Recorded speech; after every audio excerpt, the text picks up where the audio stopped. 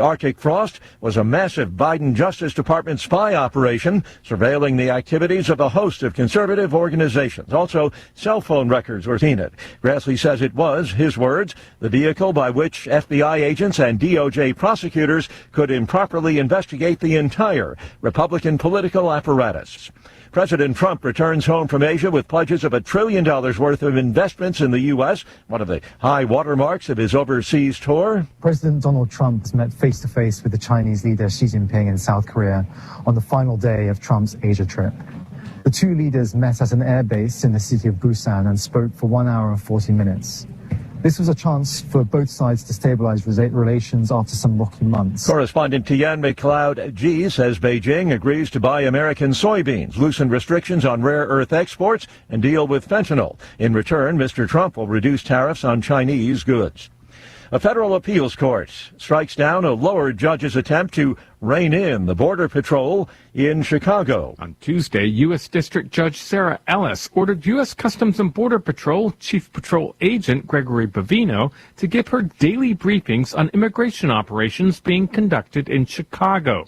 An unprecedented bid to impose real-time oversight on the Trump administration's immigration crackdown.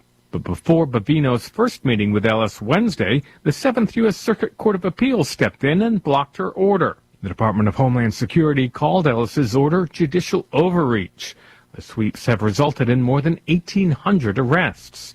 I'm Ben Thomas. Dow futures are down 163 points. NASDAQ futures off 152. More on these stories, townhall.com. The following is not an actor, but a real-life story from Trinity Debt Management. Every day I speak with people who are worried and are feeling a lot of pressure because of credit card debt. That's why I'm very proud of what we do at Trinity. We just help. We give people the support they need, along with a real plan to become debt-free. Credit card bills are consolidated into a single monthly payment that is much less than what they were paying before. Most of our members end up saving thousands and even may improve their credit scores by as much as 200 points. I know from the bottom of my heart that I'm making a difference in the lives of the people we help. It just makes me really happy. If credit card debt has you down, call Trinity at 1-800-990-6976. My name is Julie, and I'm a Trinity counselor. Call me and become debt-free for keeps. 1-800-990-6976. Ukraine has detained a British man accused of spying for the Russians. Ukraine's security services claimed the man had given Russian spies information about other international instructors and the location of training centers. They also said he was preparing to commit terrorist attacks by using an improvised explosive device and a pistol. The Briton was detained in Kiev and appeared in a court this week where he was detained without bail while a pre-trial investigation was conducted. Prosecutors said that if found guilty, the man could face up to 12 years in prison. The BBC's James Landale. A massive police raid on a drug gang operating in low-income neighborhoods of Rio de Janeiro left at least 119 people dead, drawing protests for excessive force and calls for the Rio de Janeiro governor to resign. Dozens of residents gathered in front of the state government headquarters shouting assassins, waving Brazilian flags.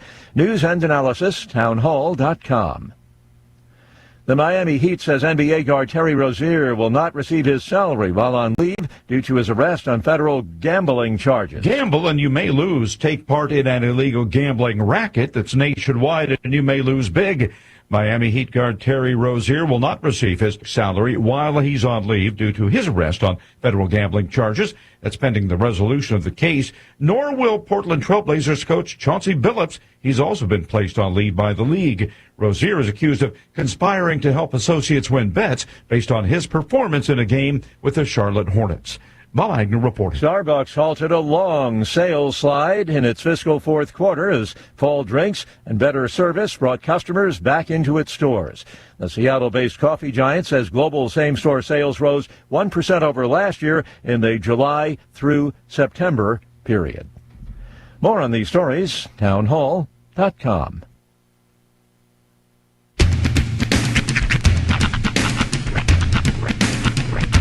What in the wide world of sports is going on here? promise you, whatever scum did this, not one man on this force will rest for 1 minute until he's behind bars. Now let's grab a bite to eat. Yeah, come on. I feel the hot wind on my shoulder and the touch of a world that is older. I hit the switch and check the number. I leave it on and then I slumber. I hear the rhythm, I'm ringing through it. Flamenco guitar and cumbia music. I hear the talking of the DJ. The travel listen, what does he say? I'm on a Mexican radio. I'm on a Mexican radio. Broadcasting live from high atop the J.P. White Building in downtown Roswell, New Mexico. It's Mornings with Mike Winters on 106.5 Roswell's Talk FM. Is that what I sound like when I talk? Now, here's your host, Mike Winters. And good morning, one and all. Welcome to Mornings with Mike Winters. I am he. That would be me, Mike Winters. Happy Thursday, everybody. Yeah, it's a little chilly out. According to my weather report, it is currently 33 degrees here in Roswell, so bundle up this morning. We will hit the low 70s today, so overall, pretty nice day. Don't forget, tonight is the big fall bash with the city of Roswell to feature a trunk or treat, food, candy, games, music, fun, and more. It is tonight from 5 p.m. to 8 p.m. downtown here at Pioneer Plaza, 426 North Main Street. Activities will include a trunk or treat, so come ready to collect some candy. Games, they'll have bounce houses, photo ops, places where you can get some great pics. Of course, candy and trinkets, non-food items. So if you don't want to load the kids up on sugar, you can get them some of the non-food prizes. Music, plus free hot dogs, chips, and drinks while supplies last. Roswell Police Department and the Roswell Fire Department, they're going to have a chance for children and adults. Don't worry, adults, you get to play too. To visit with local first responders and get up and close and personal with all the cool toys and things that the fire department, the police department have. The visitor center will have restrooms available, so if you need to go there. The city, streets, parks, transit, and solid waste department are also going to have their big trucks out there for kids and adults to play with as well. So, and then of course, they've got a not so scary hallway to check out, so you can kind of go down the tunnel, but not too scary for the kids there. Plus, they've got all kinds of stuff as well. So it's all tonight at Pioneer Plaza, which is right downtown here, 426 North Main, all beginning at 5.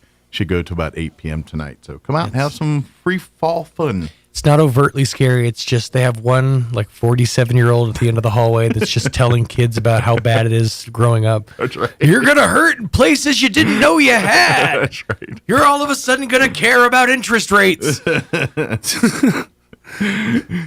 going to look forward to soup. I really do look forward to soup. Right. I'm just saying. You saying that kind of just put me on a headspace like all the great soups I've had this week. Yeah. It's just like, I hated soup as a kid. Now I'm like, soup? Sensational. I love soup. Bits of food floating in water, I'm in. That's right. You say it like that, though. Yeah, I know. It's not as much fun, but it's flavorful water. How about that? Yeah. Well, technically, so is tea. I think that's what it comes down to, is when you get older, you realize that, there are certain fun things to do in life, and there are certain exciting things to do in life, but then it really just comes down to just feeling something, Right. You can feel flavor. That's right. Soup just hits that spot. Things that make you feel happy. We had some fantastic green chili stew last night. Oh, nice. Yeah, by the way, big thanks to Jocelyn. She hosted the was it soup night? No, it was we had a pumpkin carve / paint party get together thing. All right. Yep, everybody kind of letting their artistic flags fly. All right. I personally had a butternut squash. Oh, nice. Which I painted to look like one of the gourds from VeggieTales. Okay. So that was fun. It was a good night. Good deal. Sounds Good like fun. evening. Good deal with green chili stew. And last night was Chile, so oh man, that'd be a perfect night for some and green like chili stew. like legitimately the best cornbread I've ever had in my life. Nice. It was so good. It was like cornbread cake. It was awesome. I like cornbread. I really do, but I've always got to be like in a mood for it.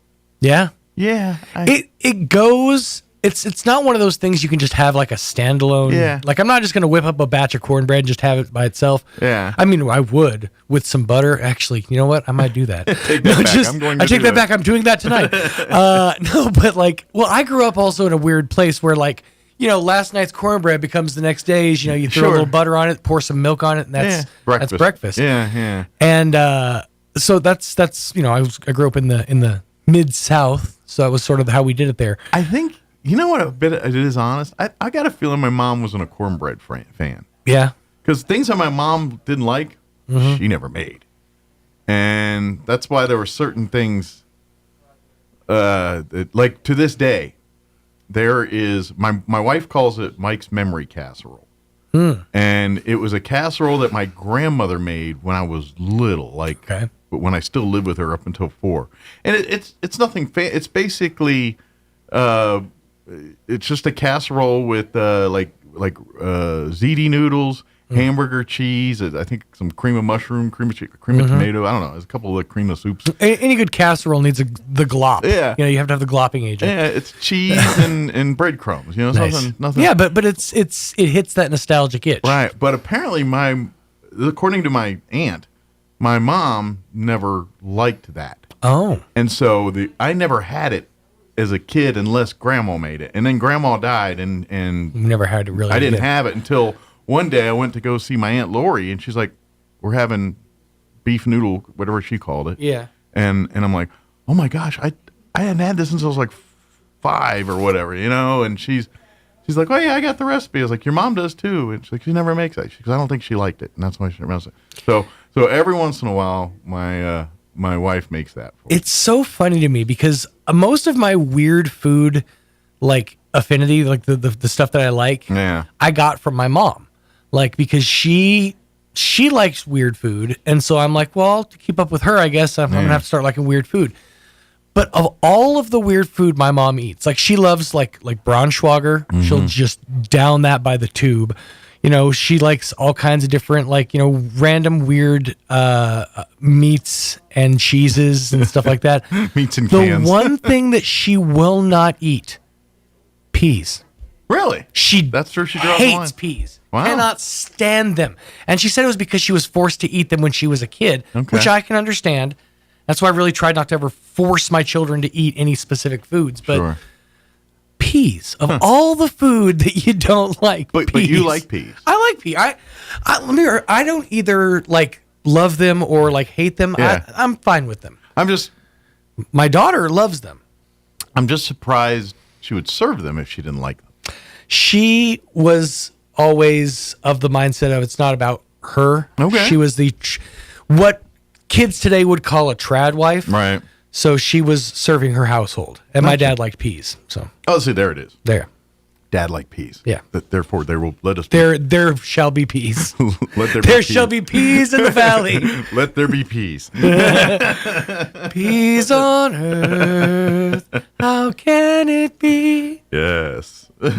Give peas a chance. All right. World peas and hominy together.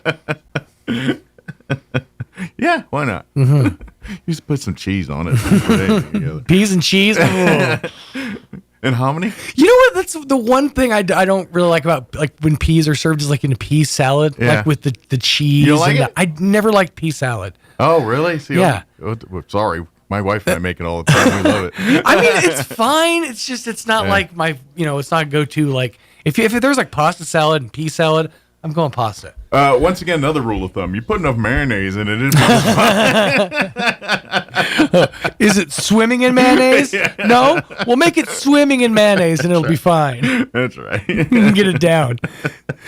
Mayonnaise is just food lube. That's right. So just slide them peas on down. Can't even taste them with all this mayonnaise. Yummy. It's healthy. It's got peas in it. It is. It's got peas. Look at those green bits. Those are peas. That's it's right. fine. They're like God's little nuggets of nutrients. That's right. And a sea of oil. Popping pearls of health. All right. I guess we probably made people hungry for a minute. Not so much now. So we'll probably just get going. Somebody's like, I'd like a nice split pea with ham and bacon. Don't get that. No, I know. It's one of my favorites. It's your 2-seed. Yeah. That was military's fault. Because they always had split pea with ham at the chow hall. With Pam. Hi, my name is Pam. Here's your soup. Did you say ham or Pam? Think I can help with this ham Pam situation? But split pea with ham, yeah, that the military always had it there, and when in doubt, pea soup it was. What are your feelings on SOS? I'm good with it. You're just good, like you don't want it, or you? I'm okay with it. My mom made it a lot growing up, so I'm kind of used. Now, don't get me wrong, I've had better and worse, but I'm an SOS guy. Weirdly, my mom did too, but we never had it like SOS. Like it wasn't like chip beef. It wasn't like the dried beef. That's more of an East Coast thing, I think. We always did hamburger gravy, like brown gravy on bread. That was our SOS. I think the chip beef is actually more East Coast. As you go west, it evolves to ground beef in most places. But yeah, that's an East Coast thing. So. See, now we're back to making them hungry again. Right. Look at that. That's right. Unless they hate cream chip beef. This is what we do. Yeah. All right, let me give you the rundown of today's show. A little bit of food related, but mostly not. Sorry. I was trying to see what's our food factor in today's guests. Not so much. We're going to start things off here. Mari Manchenko, remember, it's been a minute since she's been with Talking Tai Chi for Health. She's got some upcoming Tai Chi classes for seniors, fall prevention, and she's also bringing one of her students, Joanne Hazel, as well. So we will talk with Mari and Joanne here in just a few minutes. In the 8 o'clock hour, about 8:15 today, we're talking Museum Day, which is this Saturday. We got 8 different museums at 7 different locations that are going to be open and having their passports, and we'll talk all about that. Amy McVeigh-Teas will be joining us with the Historical Society. I believe we'll have Caroline Brooks with the Roswell Museum and Art Center joining us as well. And then in the 9 o'clock hour, about 9:15, we're going to have Ellen Israel join us with the Small Business Administration, and she's got some useful information, things for small business or potential small business owners there. So we'll chat with her in the 9 o'clock hour. Plus, we'll have all of your newses and features that we have each hour, local, national news, sports, and all that good stuff, whatever else we can come up with for today's show. Before we do any of that, though, let's get you up to date on the weather.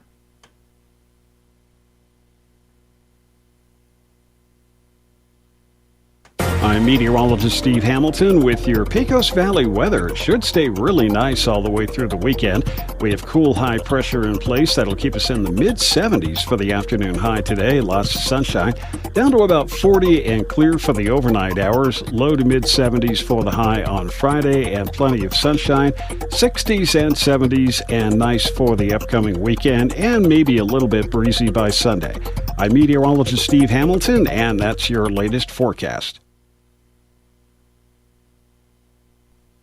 Thank you, Steve. Currently 33 degrees here in Roswell. Humidity is at 64% with winds out of the north at 6 miles per hour. For today, it's going to be a little nicer, a little warmer than yesterday. Sunny skies, 73 are expected high. Winds will be out of the northeast, 5 to 10 miles per hour. Skies will be clear tonight with an overnight low of 38 degrees. North winds 5 to 10 miles per hour.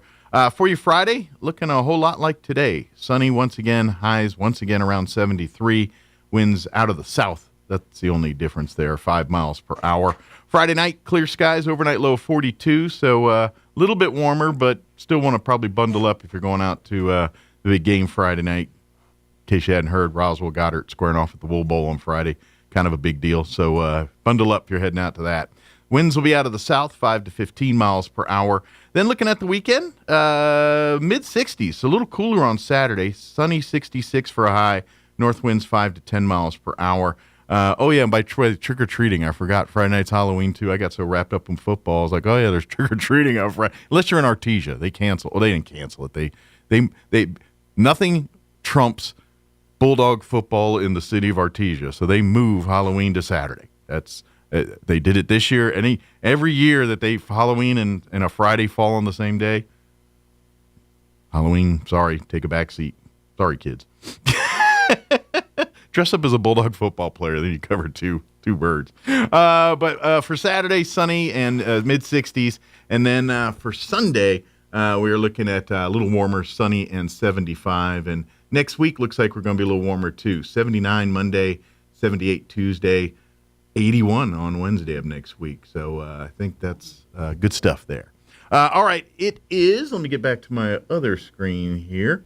It is 20 minutes after 7 o'clock. We're going to take a quick 3.5-minute break, and then we'll talk with Mari here and talk about the upcoming Tai Chi classes, and we're going to have some fun there next. Don't go away. You're listening to Mornings with Mike Winters. Is your old car really scary? Does it look dreadful or smell awful? Don't be afraid. Roswell Ford will take in any trade. Roswell Ford needs your trade, so now is the perfect time to upgrade from your old vehicle and drive home a new Ford or quality pre-owned vehicle. You'll be shocked at how much we'll pay for your old car, truck, or SUV toward the purchase of a new Ford. And don't be frightened by how much you owe on your old car. Roswell Ford will take your trade, even if you owe thousands more than it's worth, so you can upgrade to a new Ford and get massive savings. 0% financing and make no payments till 2026. Worried your credit will make car buying scary? We've partnered with even more aggressive lenders who will push to approve your credit, even if it's less than perfect. All roads lead to huge American-made savings and a better buying experience. Get on board at Roswell Ford, 821 North Main Street in beautiful Roswell. Call 575-623-3673 or online at roswellford.com. 0 APR for 48 months is $20.83 per thousand finance. Interest accrues from date of sale. Subject to lender approval on select vehicles. Offers not combined. If you want to install a new roof, you can do it the cheap way or you can do it the right way. Jennifer here from Trustmark Roofing, and one of our customers recently found this out the hard way. He was going to hire us to re-roof his roof, but he found someone to do the job for $2,000 cheaper. Half a year later, this customer called us to re-inspect his brand new roof. Turns out this contractor was not a contractor at all. He had no license and no insurance. The roof was installed incorrectly and never had been passed by the city inspector. We had to re-roof his brand new roof, tear off the shingles and start from scratch. It was the most expensive $2,000 anyone has ever saved. If you need a roof installed the right way, you can trust who your neighbors trust. You can trust Trustmark Roofing for no obligation to the penny quote on your roof transformation. Call 575-755-ROOF. That's 575-755-7663. Trustmark Roofing, we put people first. No doubt about it, our favorite season is fall. Leaves fall, temperatures fall, and electric bills fall. Fall brings us the joy of mowing our lawn for the last time and the sadness of picking that last tomato. Here at Roswell Seed Company, we start to talk about pansies, broomweed, and the first freeze. Yeah, we can get downright giddy. This is Ben Manette from Roswell Seed Company, reminding you that fall is when Mother Nature starts to show off. Try not to miss any of it. There's nothing more magical than 80,000 cubic feet of hot air flying overhead. Join us in Artesia, New Mexico for the 42nd Annual Balloons and Tunes Festival, November 7th through the 9th. Friday kicks off with fun flights from local schools. Then Saturday and Sunday mornings, watch the skies fill with color as hot air balloons launch at dawn from Eagle Draw Park. Stick around for inflatable costume races, bounce houses, and even remote-control balloons. Food and coffee trucks will keep you fueled for the fun. Saturday night, 5th and Texas comes alive at the Artesia Arts Council's Balloons, Bands, and Brews. With food trucks, local New Mexico brews, live music, and the Artesia High School Marching Band performing alongside balloon pilots in a fiery concert you won't forget. Admission is free, with only $10 entry into the beer garden. Plan your weekend getaway to Artesia, November 7th through the 9th for the Balloons and Tunes Festival. For more information, give us a call at 575-746-2744 or visit artesiachamber.com. Paid for by Artesia Lodgers Tax. The average American spends 2.5 days a year looking for lost items. We aren't sure how long Europeans and Asians look for lost stuff. We lost the list. Here's Mike Winters. And good morning. It is 24 minutes after 7 o'clock.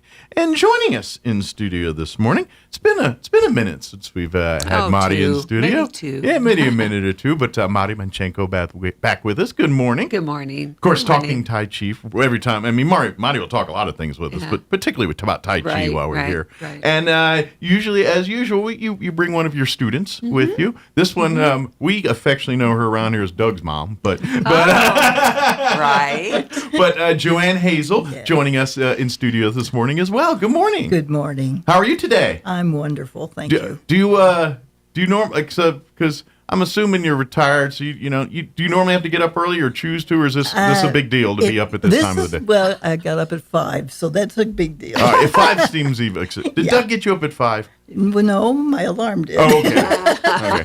But he got up the same time. So. Good. Make him make coffee. Exactly. But for folks that don't know or have not had a chance to catch one of our conversations in the past, Madi, she is with the Tai Chi for Health Institute, and they, which is an international Tai Chi, probably what I would say one of the biggest authorities of Tai Chi probably in the world here. I would argue here. Well, it's in most countries. Yes. So. But and so you have brought the art of Tai Chi from to Roswell, Ruidoso here, but you bring it to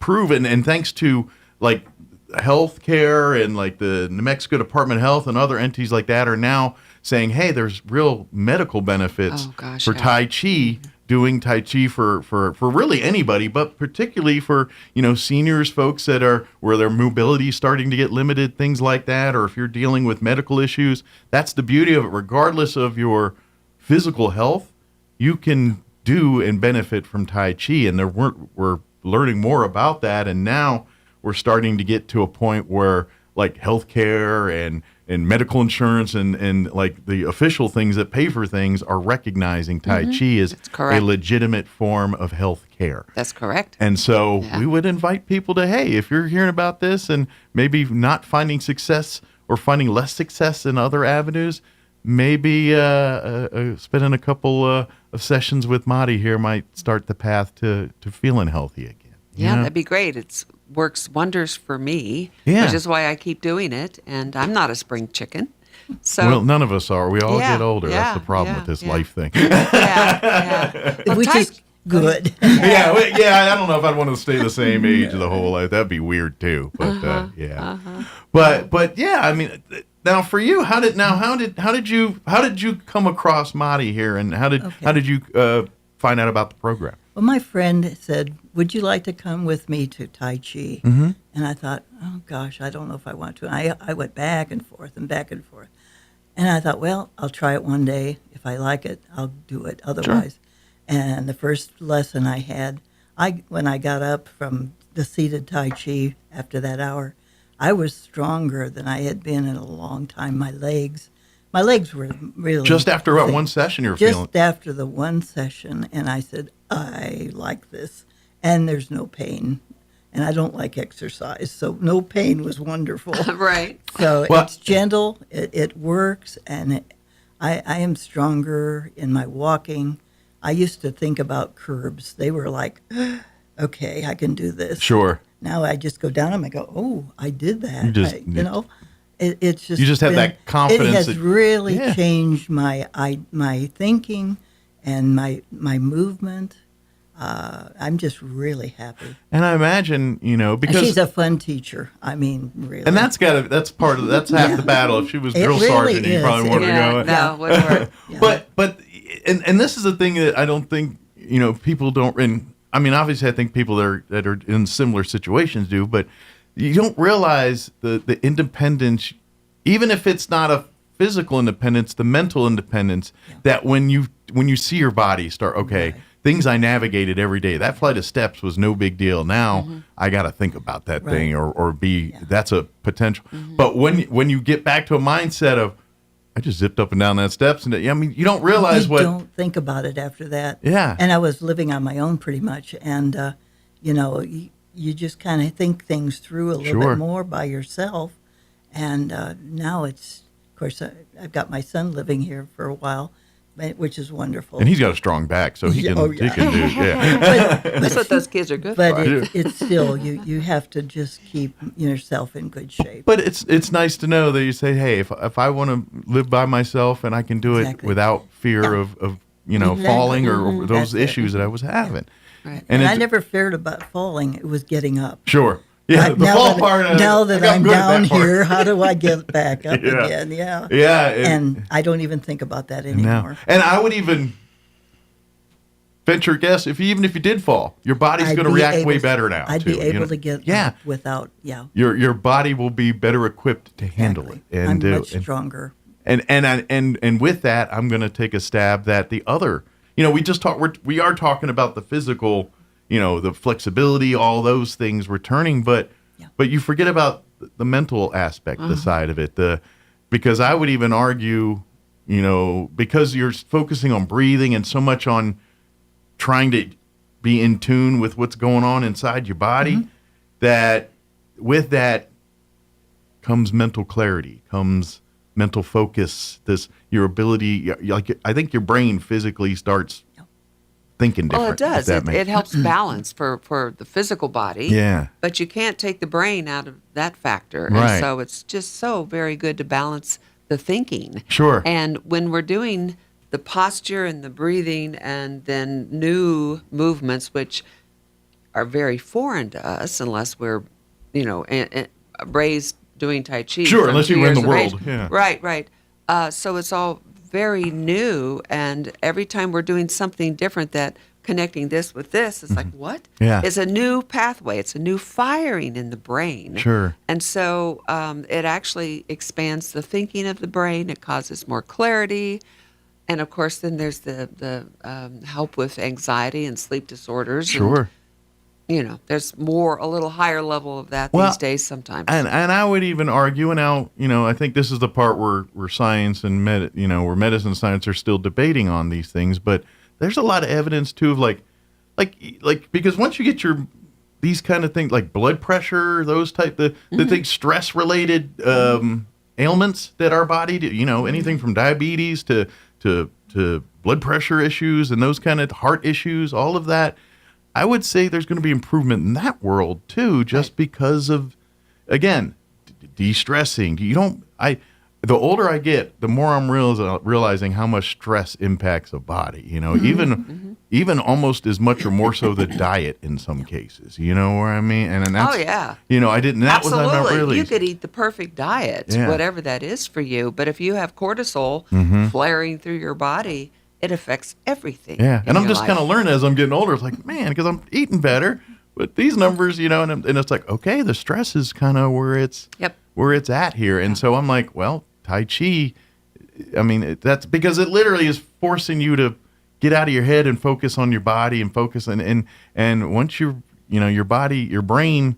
That's how you de-stress. That's it. That's why we do things to de-stress. Why you watch TV, why you go for a walk, why you roll around the floor with your pets, whatever it is you do to do that. That's why you do it.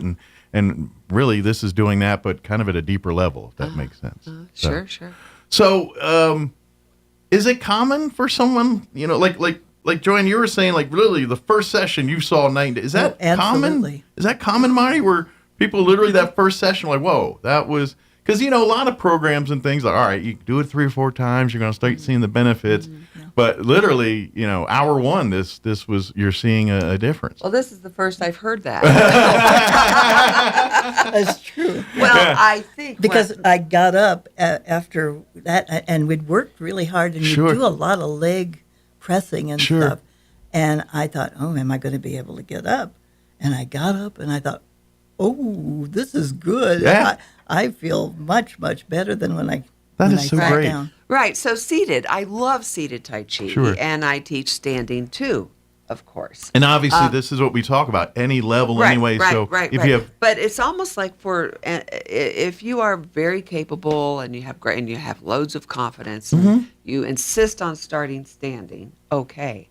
But I actually like new students, regardless, to start at a seated class. It's not a beginner's class. Right. That is where we start. Sure. But because you have to learn, it's easier when you're seated to pay attention to your posture and your head sticking out in front of you. And Sure. am I breathing? Am I not breathing? Sure. But what is so cool, I think what probably happened with her is that there are plenty of good chair exercises where there's lifting, Mhm. which is nice. But when you're lifting your legs, because you can see what I'm doing. Yeah, yeah. But when you're lifting your leg, Mhm. you're accessing the frontal part of the body into the lower belly, and that's all fabulous. But when you're actually pressing with the full plate of the foot, sometimes we're toe walkers, generally. Sometimes we're heel walkers, but with the full plate of the balanced foot, we press in the whole back body plus the front body. I mean, Okay. the hams, the quads in the front, the hip muscles, the side, the belly, the buttock area. There's 3 major glutes that are very strong for back health.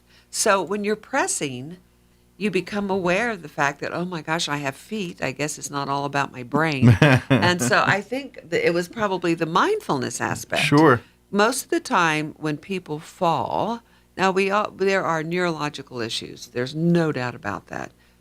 Most of the time when people fall, it's from not paying attention. It's not because I'm not a strong person or Sure. strong enough to stay upright. Sure. It's like, oh, I didn't see that. Well, why didn't I see that step? Because I wasn't paying attention. So there's the mindfulness quality too. So I think that probably she's also an excellent student. But I think probably it's like her nervous system and her brain and her body kind of opened up to, oh, I've got all this stuff down here that's Sure. very strong and able. Yeah. So So how long have you been doing it now, Joanne? 2 months. 2 months now. Yeah. Wow. And I can tell such a difference. It's amazing. Very good. She's even made me discover I have toes. She did some toe exercises. And I thought, wow, I haven't done this since I was a kid. You know how you used to pick up marbles and stuff with your toes? Yeah. And when you get older, you don't think about those things. You know, it's just the foot. Yeah, when you're a kid, you stop Now imagining. I'm totally aware of toes, and I do exercises with my toes, and it's She writes great. poetry with her feet. No, I'm just kidding. But that's awesome. that But you it get- is. It's. I've been discovering new things. I still am kind of a professional couch potato. Well, it's know? nothing wrong with that. I No. enjoy it. You do what you enjoy. But it sounds like it really. And the beauty of it too is you can do all this as a couch potato. Yeah. That's the beauty of Tai Chi is it don't matter where you are. You could hey, you're stuck in an airplane traveling. All right, let's knock some stuff out we here. talk about that. Yeah, This yeah. is something you can do And on I the do. airplane. I find myself doing that when I'm sitting watching TV. Yeah. I'm doing my exercise. Or Doug's telling us one of his long stories. You're like, all right, I mean, to work on some Tai Chi. I'm just kidding. Well, sometimes she'll stick around, and she's in the class after the seated is Monday and Wednesday at 2:30. Okay.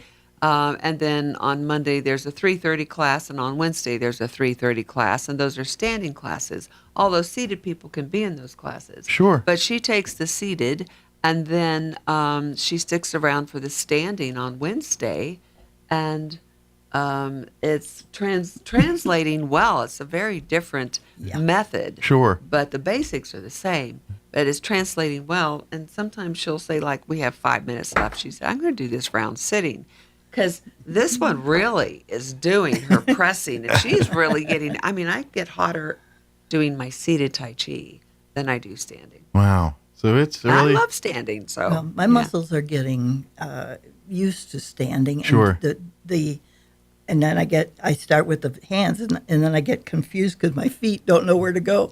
So it's a learning to get everything working together. Sure. Well, that's probably the great part about it, because you're literally, and that's why, it is, because you're totally focused on the technique, your breathing, it's Weight transfer. Yeah. Weight transfer. Whereas I think, like, if you're going to a gym and running on a treadmill or whatever you're doing, you're trying to distract your brain from it. Right. That's why we're always listening Right. to music or watching TV. Right. Whereas Tai Chi's none of that. You're in the zone, focus on it. And I think that makes a big difference. Does that, you understand what I'm saying? Absolutely, because your mind is involved with everything. Right. Otherwise, we're kind of removed. So whatever exercise we're doing, especially watching the news and exercising, come on, don't do that to yourself.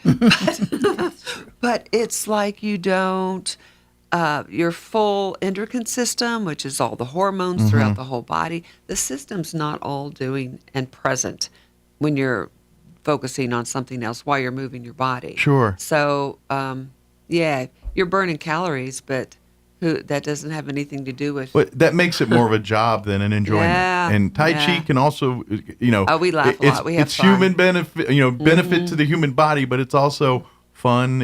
And it's right. I would imagine too, Joanne, that you probably got a few now Tai Chi buddies that you go and have lunch with, or I've made new social friends. events with. Yeah, I've made new friends. That's a great thing. So hey, that's because obviously. As we get up there in age, we have less and less friends available, social circles. So this is a chance to meet new people and broaden your horizons, which, Tai Chi and mental health, it's all part of the same thing. And if you're not, interacting with humans and being a part of life, then your mental health is probably not in its best shape either. So you had said earlier that there's still possibly some disagreements between medicine and science or something like that. But the truth is that you go online now, and it is highly Good. researched. Sure. And there's just, I don't see anything negative Right. online.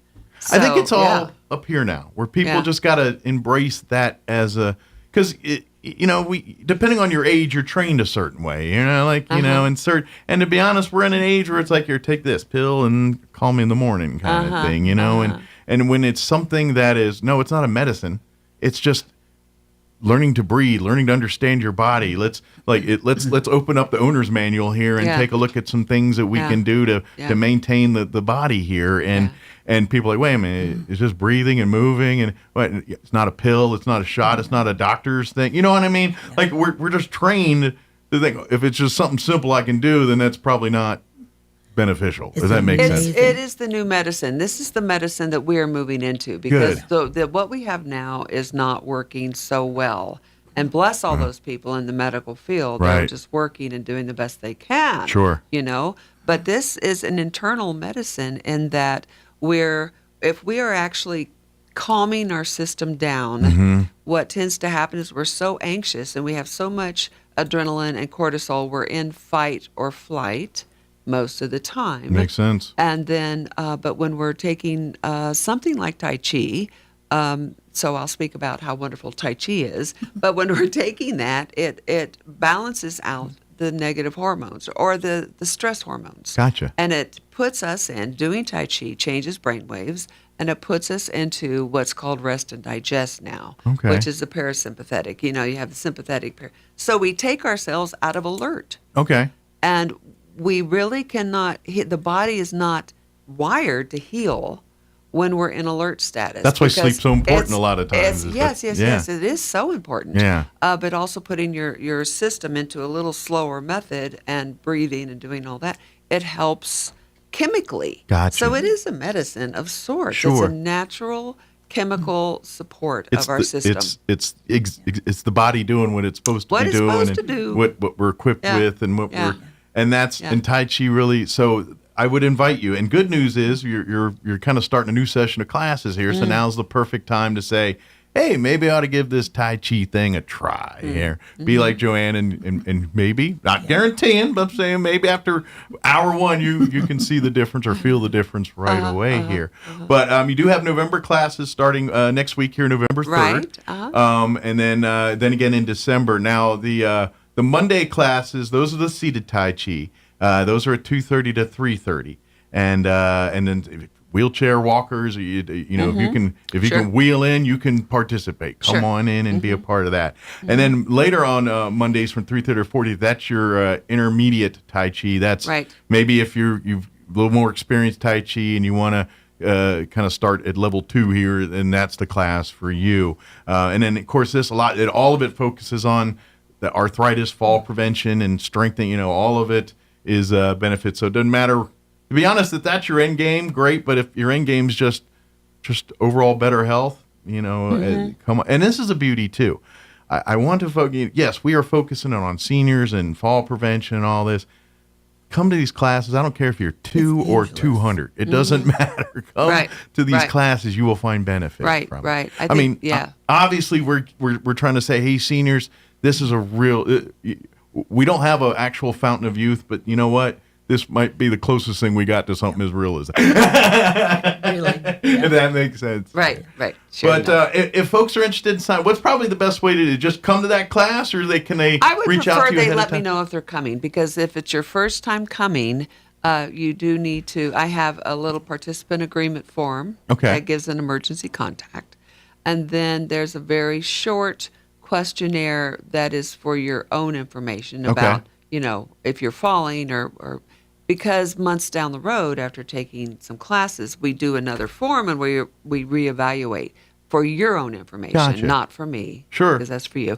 Anyway, but the first time you come, you need to come a little early. So show up at 15 after. Yeah. I need to know you're going to be there because I have to prepare a Sure, lot. you got to and then obviously numbers, you want to give as much focused attention as they can. It's really hard when the classes do big, so you can make sure those are. Right. But they can reach out and contact you directly. You can call 575-626-7150. Again, that's 575-626-7150. You can also check out, you can email if you have questions, Quantum Lumen,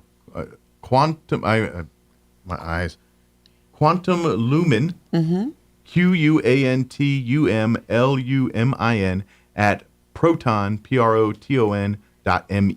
Right. And if you didn't get any of that, call us. I'll make sure you get all that. Right.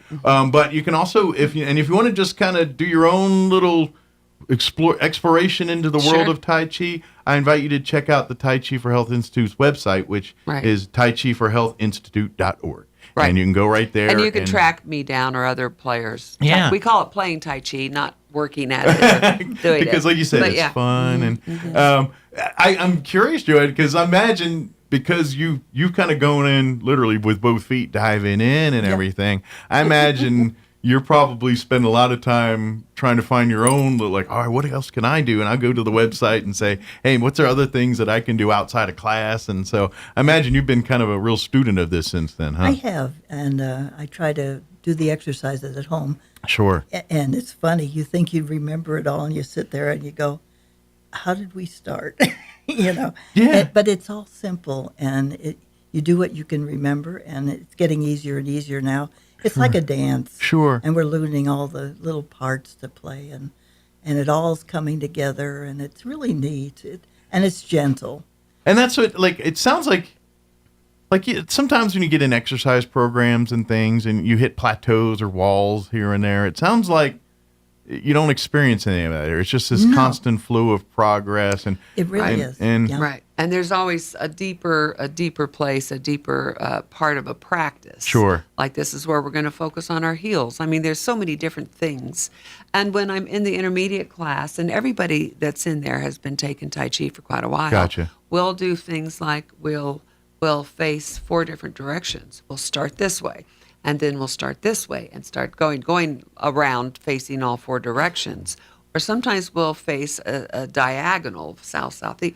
You would not believe how, if you're facing a different direction, your brain will say, oh, no, I don't know what I'm doing now. It's fascinating. Sometimes we'll be in circle.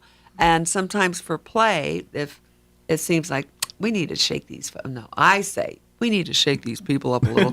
The intermediate classes will do some math while we're doing the Tai Chi forms, because they know the forms. We'll do math, or sometimes we'll sing. Gotcha. Because you're using different parts of your brain to do that. And this is, something I never thought of too, but when we talk about health and all this, literally the full body experience. So yes, we're talking about fall prevention and all that, but I would even say people that are dealing with dementia, Alzheimer's, those type things will also see a benefit in that training, in that brain exercising that's going on there too. There are several students that are in both my Roswell and Ruidoso classes that have had a stroke, 1 to 3 strokes, or have a neurological incident that they've experienced, and or even just maybe hip replacement or whatever. Sure. But there's definitely neurological. This is why I suspect it's why the Veterans Administration ended up jumping onto this program also, because of the help for brain injury. Hear that, vets? The VA's dumped in on this. This is kind of, as a vet myself, I know we tend to be a pig-headed group. So yeah, you got to crack that nut a little harder. Well, sometimes. and something that's very cool. You know this very well, don't you, Joe? Yeah. Her husband. I got a He's lot one of of 'em. military in my family too. But up in Ruidoso, one of my students, BC Newkirk, and you'll find him on the website, the Tai Chi for Health Institute website. He's one of the teachers, including me and another lady up in Ruidoso. He's a veteran. And he ended up deciding to become certified to teach because he really wants to bring this to veterans. Good. So he's working on that right now. Well, especially because I think just the nature of what military veterans have done in their life, right? Obviously to different degrees and levels, right? I can see it benefiting on many, many different levels, not Sure. just the physical side of it, Sure, but dealing with some sure. of the PTSD type Sure. issues that is very Right, common with first responders and military type. Right. So I'm very excited that he's doing that and involved with that. Yeah. And it's like for me, I think if I were to go, if I had an addiction Mm-hmm. and I went to a counselor for the addiction, I find more of a resonance with that person if they also are a recovering addict or if they were an addict. You make sense. So as a veteran, I mean, I've had plenty of veterans in my classes, but to also be able to go to a veteran that knows what you're thinking or what you're talking about or how Absolutely. you're feeling, Understand that's the a place whole you've nother been. resonance. So, Ruidoso, Lincoln County area, and I know some of this gets up there too. Absolutely. Go to the website, look up the BC Newkirk for Well, veterans. that's the beauty of this too. Say I get it. You're retired and you're like, I could spend some of my weeks in Ruidoso and some in, when the weather's nice. You can continue. You can literally, because you're in both Yeah. places, you Yeah. can literally say, hey, Yeah. I'll hit the Ruidoso studio Right. this week, but I'm Right. back in Roswell next week. So I'll Right. be, Right. it literally, I mean, obviously we can do this in your bathroom if you want to, but Oh, to sure. go to these classes, you Yeah. can do it, at any one of these places. You Yeah. can kind of work it around if you've done, I get it because you're retired, and I ain't gonna lie, if I could go hang out in the mountains most of the day, I'm gonna do that. The flooding's like, oh, I better come back Yeah. down. But anyway, you know what I mean? Yeah. And so you can keep this going through all of that, and tell your friends, bring a friend with you. That's how you stumbled it. Your friend dragged you to it. Yep. And now, Best thing that happened. and I bet you dragged a couple friends since then to it as well too. Yeah. Doug got to come next. I think. Doug, Yeah, he keeps saying that. I think he's ready to do that. Yeah. Well, that way. Well, we got to get him ready. His wife's going to be moving here in a pretty year or two. We got, he's going to be used to bachelorette or mom taking care of him. We can't have that. So.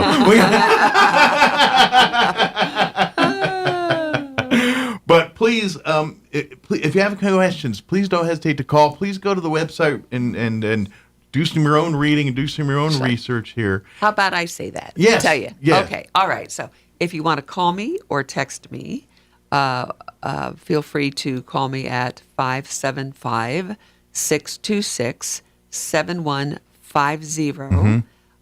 You can possibly find me on Facebook if you want to look around. Marisalina is my full name, Marisalina Manchego. If you type Mari Tai Chi Health Roswell, you popped right up for me on Facebook. Mari, M-A-R-I? I type M-A-R-I Tai Chi Roswell, New Mexico. No kidding. And yours popped right up. Oh, darn. Huh, I didn't know that. And also the Institute, you can find me, or if you're just visiting or you're hearing this somewhere else, we have teachers around the world. Yeah. But the website is Tai Chi for Health Institute.org. Mm-hmm. And you can learn more about Tai Chi and the variety of programs. This particular program that I'm certified in internationally to teach is 4 different aspects to the Tai Chi for Health program for arthritis and fall prevention. And so, yes, it's around the world. It's in several countries now. And I guess that's it. Come on down. Give me a call. Give it a try. See, and I would especially, if you've done other things and not found success. Right. This, even if you found success, I bet you're going to find a lot more. Or to be honest, maybe you'll see a change in your health where I'm not guaranteeing none of this, but I wouldn't be surprised if you start getting decreases in some of your medicines you're taking because of the results you're getting from you're doing your Tai Chi regularly.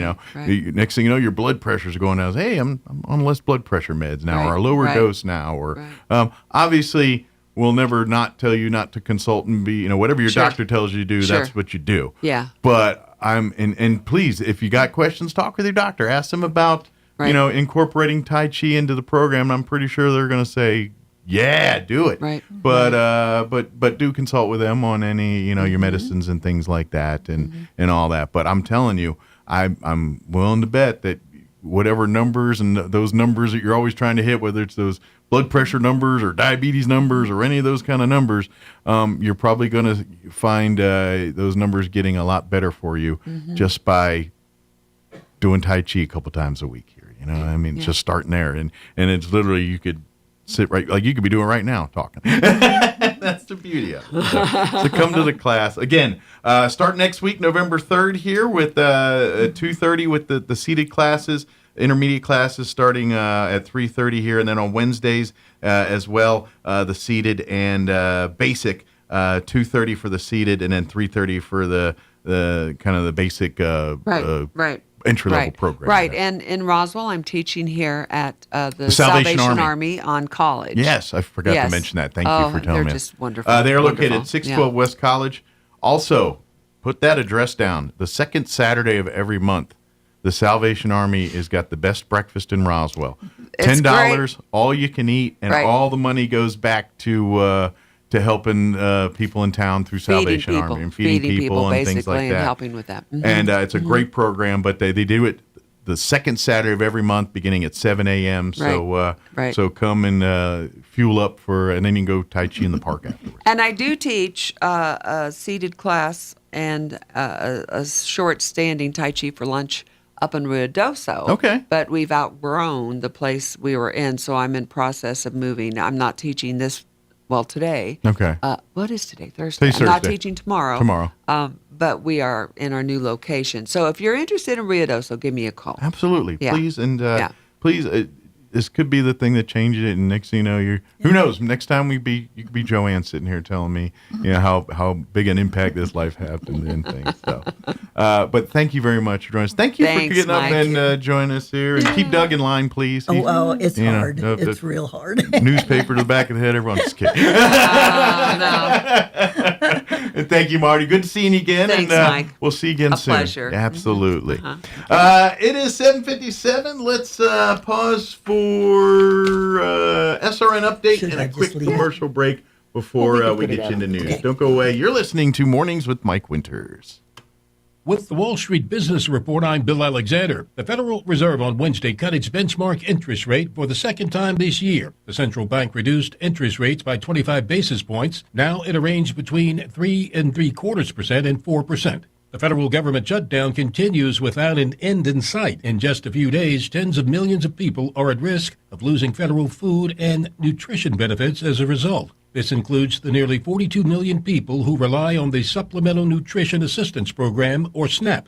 Just months after completing its $8 billion merger with Skydance, Paramount has begun layoffs, set to impact about 2,000 employees. Used car retailer Carvana reported higher third-quarter profit and revenue on Wednesday, aided by strong demand for pre-owned vehicles. Demand for used vehicles has remained strong as consumers want older cars to avoid the hefty price tags on the new vehicles caused by tariffs. For the Wall Street Business Report, I'm Bill Alexander in Washington. Ready, set, hurry on down to Tate Branch Roswell, where we finish first. Experience the Tate Branch difference here at Tate Branch Roswell, where business is done the Tate Branch way with honesty and integrity to deliver an exceptional customer experience. We have a huge selection of pre-owned cars, trucks, and SUVs that are priced to move and are backed with a lifetime powertrain warranty. It's all backed by friendly, hometown customer service that puts you first every time. So don't wait. Head on down to Tate Branch Roswell right here at 2000 West 2nd Street and drive home happy today. Tate Branch Roswell. Come experience the world-class experience you have been waiting for. When managing a chronic illness, access to the right treatments makes all the difference. Artesia General Hospital's Infusion Center provides IV therapy and biologic treatments, so you don't have to travel far for care. expert infusion therapy right here in Artesia. Call 575-736-8256 today to learn more. Here's a Mornings with Mike Winters fun fact. Astronauts are not allowed to eat beans before they go into space because passing wind in a spacesuit damages them. The suits for the astronauts. Here's Mike Winters. Your home for Sean Hannity in Roswell. 106.5 Roswell's Talk FM, KEND, Roswell, New Mexico. News this hour from Town Hall. I'm Rich Thomason. President Trump wrapped up his Asia trip with a much-anticipated meeting with Chinese President Xi in South Korea. President Xi is a great leader of a great country, and I think we're going to have a fantastic relationship for a long period of time, and it's an honor to have you with us. Thank you very much. Xi heard through a translator. In the face of winds, waves, and challenges, you and I, at the helm of China-U.S. relations, should stay the right course and ensure the steady sailing forward of the giant ship of China-U.S. relations. President Trump has agreed to reduce tariffs on China. Beijing agrees to allow the export of rare earth minerals, start buying American soybeans, and deal with fentanyl production. Looking at what some other countries, including adversaries, are doing, President Trump has ordered the Pentagon to resume nuclear weapons testing. Senate Judiciary Committee Chair Republican Chuck Grassley leading an investigation into Operation Arctic Frost. He says it was a massive Biden Justice Department spy operation surveilling the activities of a host of conservative organizations. Phone records were subpoenaed from Verizon. That includes a hard line for Senator Cruz's office and a staffer's cell phone for former Senator Loeffler. AT&T informed me they challenged the legal basis for Jack Smith's efforts, and Smith backed down. Some conservative commentators say the alleged wrongdoing exceeds by far that of Watergate. With the arrests of 5 more people, a total of 7 now in custody in connection with the crown jewel heist at the Louvre in Paris. The gems have not been recovered. Watching Wall Street, the Dow is up 212 points, the Nasdaq 120 points lower. More on these stories, townhall.com. Here's an important message from the Diabetes Solution Center. Do you like pricking your fingers to test your blood sugar levels? No one does, but it's important to maintain your health. And now, by wearing a small remote device called a continuous glucose monitor, or CGM, you don't need to prick your fingers anymore. It's easy to use and helps you make more accurate diabetes treatment decisions. If you are testing your blood sugar 3 or more times daily, injecting insulin, or using an insulin pump, call the Diabetes Solution Center right now. And if you have Medicare or most major insurance coverage, you may be able to get a new CGM at little to no out-of-pocket cost. Shipping is free, and we'll even bill your insurance company. Here's an important message from the Diabetes Solution Center. Do you like pricking your fingers to test your blood sugar levels? No one does. 10 minutes so your family is protected. Ethos, E-T-H-O-S, ethos.com/Mike. 4 Bulgarians are on trial in France for allegedly imprinting red, bloody hands on a Paris memorial honoring those who rescued Jews from the Nazis during World War II. When George Filipov and others were arrested for vandalizing a Paris memorial last year, he insisted it was just a drunken act of vandalism. But then why did 3 of them immediately flee to Bulgaria? It followed other provocative acts of vandalism, including one where pigs' heads were dumped in front of mosques. Reports suggest the men are all linked to Russia's spy agency, the FSB. France has been a particularly staunch supporter of Ukraine. This trial may uncover whether the Kremlin wants to provoke division in France by way of revenge. The BBC's Paul Moss. The U.S. will share closely held technology to allow South Korea to build a nuclear-powered submarine. President Trump made the announcement after meeting with the country's president. News and analysis, townhall.com. The Texas Education Agency is taking over the 70,000-student Fort Worth Independent School District. That's because one 6th grade campus repeatedly failed to meet state academic standards. That campus, which drew refugee and immigrant students, was closed down after the 23-24 school year. The state will appoint new school board members and choose a superintendent. Many believe the legislature's education funding decisions have played an outsized role in districts' academic struggles.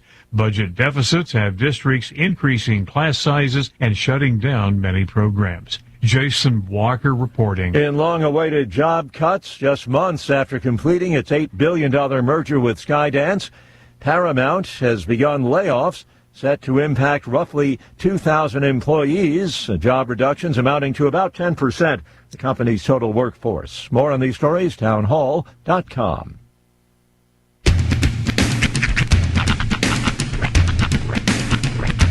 What in the wide, wide world of sports is going on here?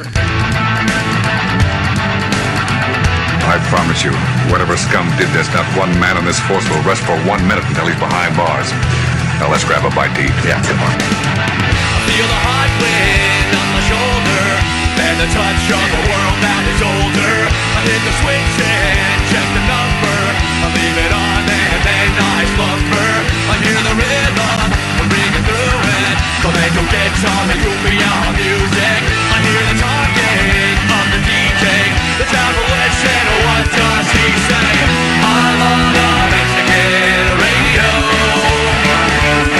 I'm on a Mexican radio. Broadcasting live from high atop the J.P. White Building in downtown Roswell, New Mexico. It's Mornings with Mike Winters on 106.5 Roswell's Talk FM. Is that what I sound like when I talk? Now, here's your host, Mike Winters. And good morning. It is 6 minutes after 8 o'clock. Welcome to hour number 2. The D's. Of Mornings with Mike Winters right here on 106.5 Roswell's Talk FM. Happy Thursday. Yes, welcome to it. Sure happy it's Thursday. It's All Hallows Eve. Yeah. I got so wrapped up in football tomorrow. I'm like, oh yeah, it's Halloween tomorrow. And my wife's birthday, by the way. And your wife's birthday, yeah. Yes, and my wife's birthday. She turns 25 again tomorrow. So, yeah. But, and then we'll celebrate over the weekend. Because I got to work tomorrow night. She was like, yeah, that's fun, you got to work. I was like, yeah, well. Did we land on 43 as being the repeating age? Yeah, I just say 25. That's safe. You're a man that works in safeties. I appreciate it. Although I gotta be careful. I started saying to people like, guy's a creepo, man. How old are they got married? She was bequeathed me when she was 12, all right? Look, this is a Jerry Lee Lewis situation, all right? The point is the love was there. That's right. But that's why I say, like, at this point, say go like 42, 43. That feels that's safe. Probably safe.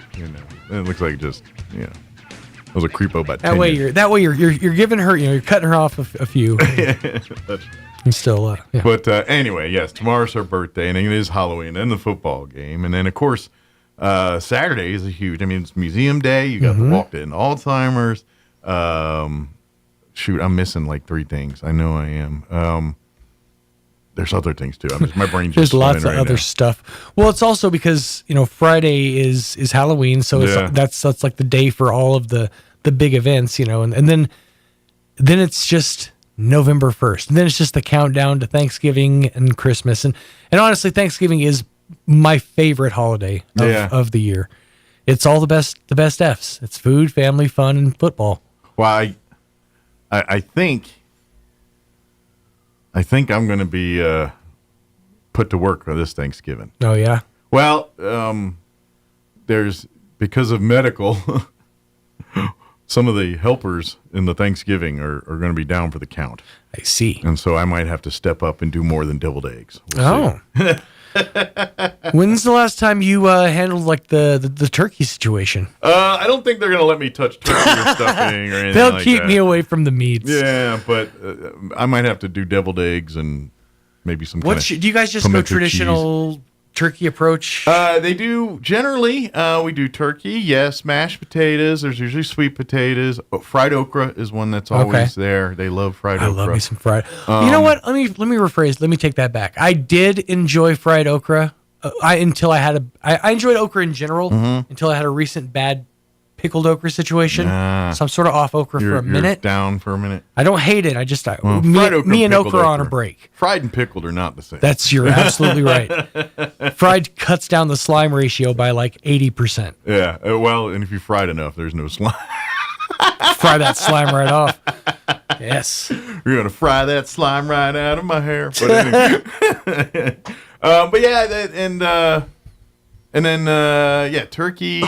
But I mean, like as far as like turkey preparation, do you guys just go traditional like oven roast, or do you do the spatchcock situation? No. We oven roast generally. I think. Okay. Every once in a while, I think one year we fried or something. I don't remember, but yeah, it's generally a roast thing, and they do my wife. It's a recipe that their grandmother had, but generally my wife is kind of the lead on the dressing. Mm-hmm. It's a cornbread, and it's not stuffing; it's dressing. They do the cornbread, but the problem is, I hope they get the ratios right because we have like a 15 or 18 whatever pound bird that is. Yeah, they make like one pitcher of giblet gravy. And then we got 800 pounds of stuffing or dressing. Well, here's the thing. And like that ratio you can only match. make so much giblet gravy. I know. So then you need to supplement that with other gravies.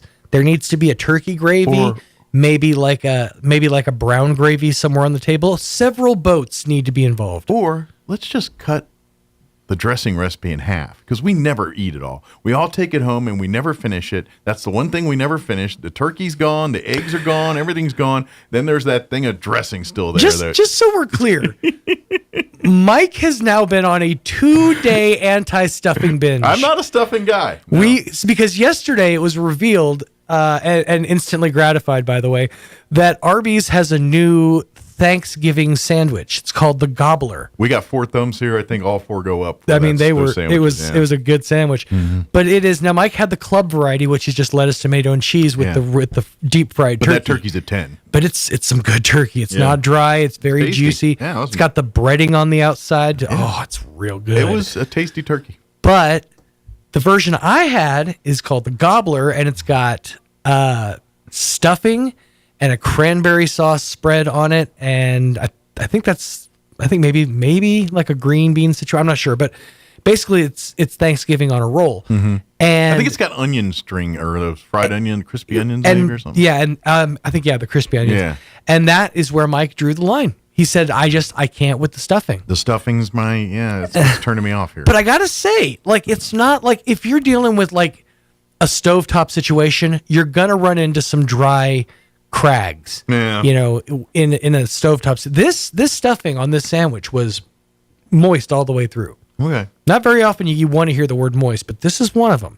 It was a very nice stuffing experience. I don't know. I think it's just the combinations of spices that they put with bread that just doesn't. Of course, you're not much for fall spices in general, are you? True, that's a true statement. Like you're not a pumpkin pie fan, yeah, really? Not a fan of that kind of thing. Yeah. Apple cinnamony. See, I love like apple cinnamon is my go-to.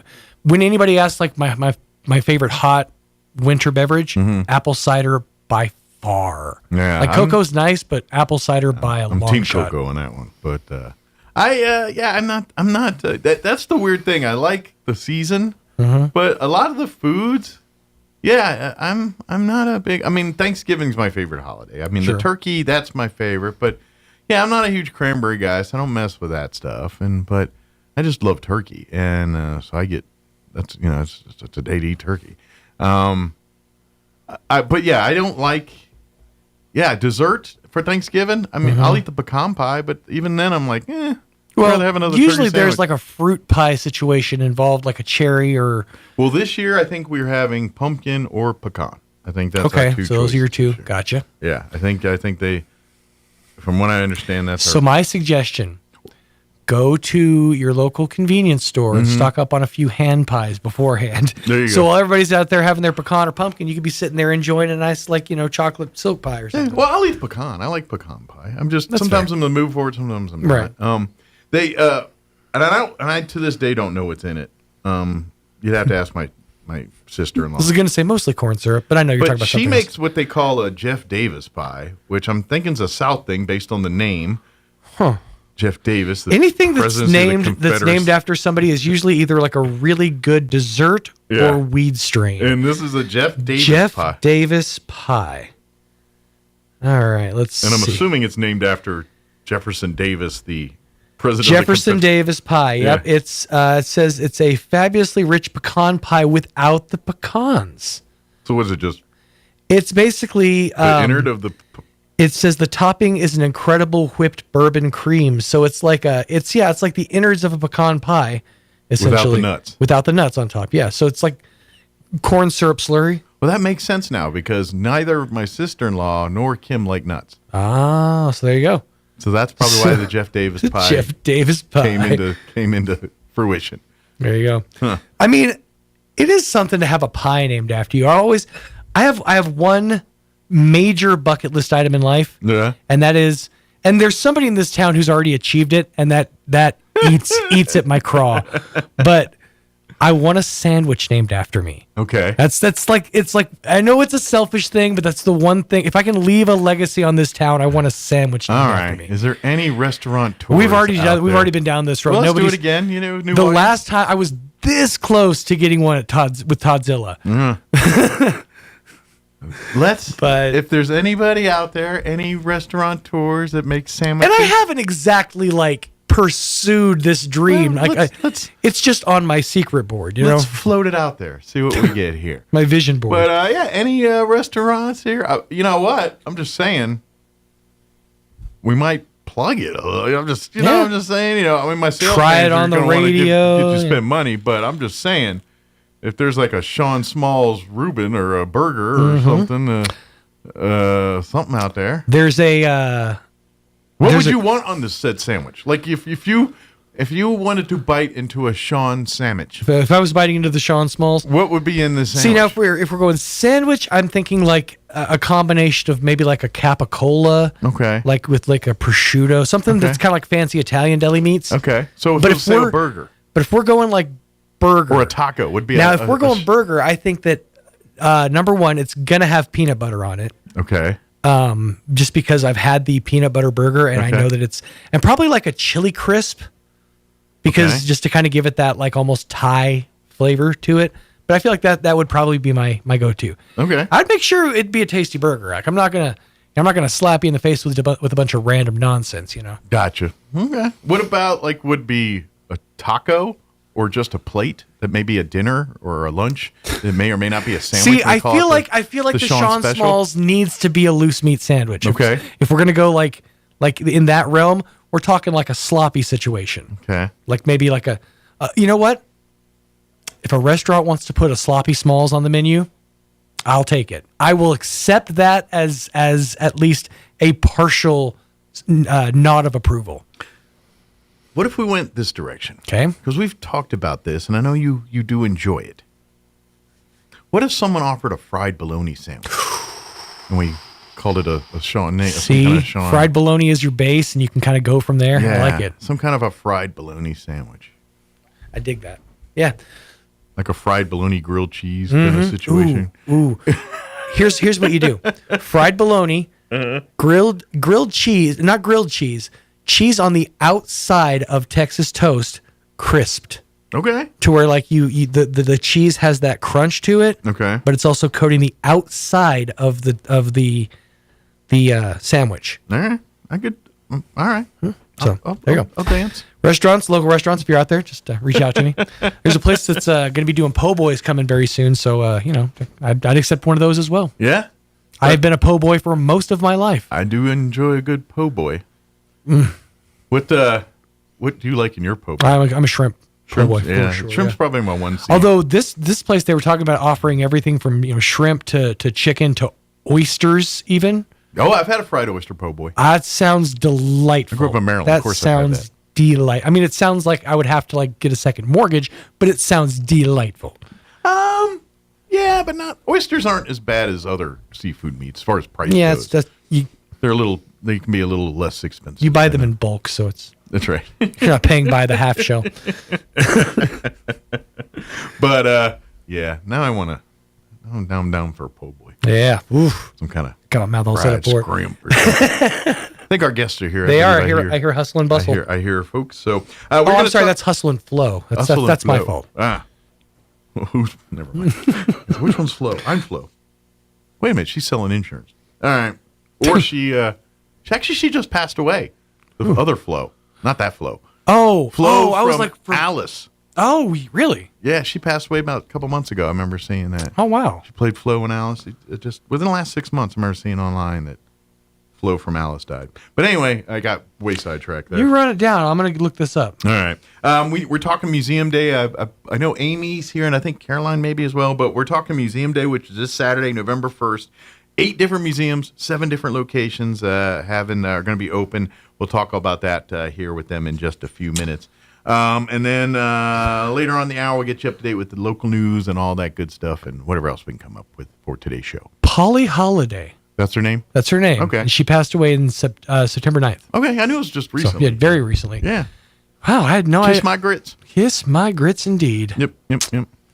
Wow. Learn something new every day. May she rest in peace. I think Vera's still with us. She was the other waitress. Yeah, back to the old Googler. Alice, yeah. There was Flo, and I think Vera was the other one. I think she's still with us. That would be, let's see, cast. Joyce Buffont. Okay. No. You said Fran? Vera, I think is what her name was. Okay. I'm still looking. I think her name was Vera. It's been a minute. I could be wrong. wrong. I got Fran. I got Miriam. I got Farley. Yeah, that's. I don't know. It's been a minute. My pea brain's not remembering at all. I'm gonna go kiss grits and I'll get back to you. All right, we'll kiss some grits and fried bologna. Here you go. Ooh. See, now I'm just hungry. That's right. 8:21. Here's your weather. Diabetes. Weather this hour brought to you by Southwest Bearing under new ownership. Custom solutions for your heavy equipment. Hydraulic hoses, hose repair, bearings, seals, sprockets, belts, tools, fluids, and fittings. I'm meteorologist Steve Hamilton with your Pecos Valley weather. It should stay really nice all the way through the weekend. We have cool high pressure in place that'll keep us in the mid-70s for the afternoon high today. Lots of sunshine. Down to about 40 and clear for the overnight hours. Low to mid-70s for the high on Friday and plenty of sunshine. 60s and 70s and nice for the upcoming weekend and maybe a little bit breezy by Sunday. I'm meteorologist Steve Hamilton and that's your latest forecast.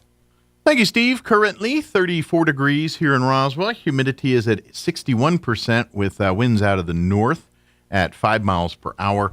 A little warmer today. Expect 73 for a high under sunny skies. Winds will be out of the northeast at 5 to 10 miles per hour. Tonight, skies will be clear. Overnight low of 38 degrees. Winds will be out of the north, 5 to 10 miles per hour. For your Halloween for Friday, for the big game at the Wool Bowl, all of that. Sunny and 73. Winds will be out of the south, 5 miles per hour. Friday night, mostly clear skies. Overnight low of 42. South winds 5 to 15. So if you are going out to the big game Friday, probably want to take a coat. Going to be chilly. Looking at the weekend, Saturday. Should be a beautiful day for Museum Day and Walk to End Alzheimer's. Sunny and 66. Winds will be out of the north, 5 to 15 miles per hour. Sunny on Sunday, highs up in the mid-70s. And then looks like warming up a little bit for next week. 79 on Monday, so pushing 80. But, by Wednesday, they full on say 80. So, a little bit warmer for next week, looks like. All right, it is, let me get back to this screen, 23 minutes after 8 o'clock. Let's take a 3-minute commercial break, and then we're going to have Caroline and Jessica join us talking about Museum Day on the other side. Don't go away. You're listening to Mornings with Mike Winters.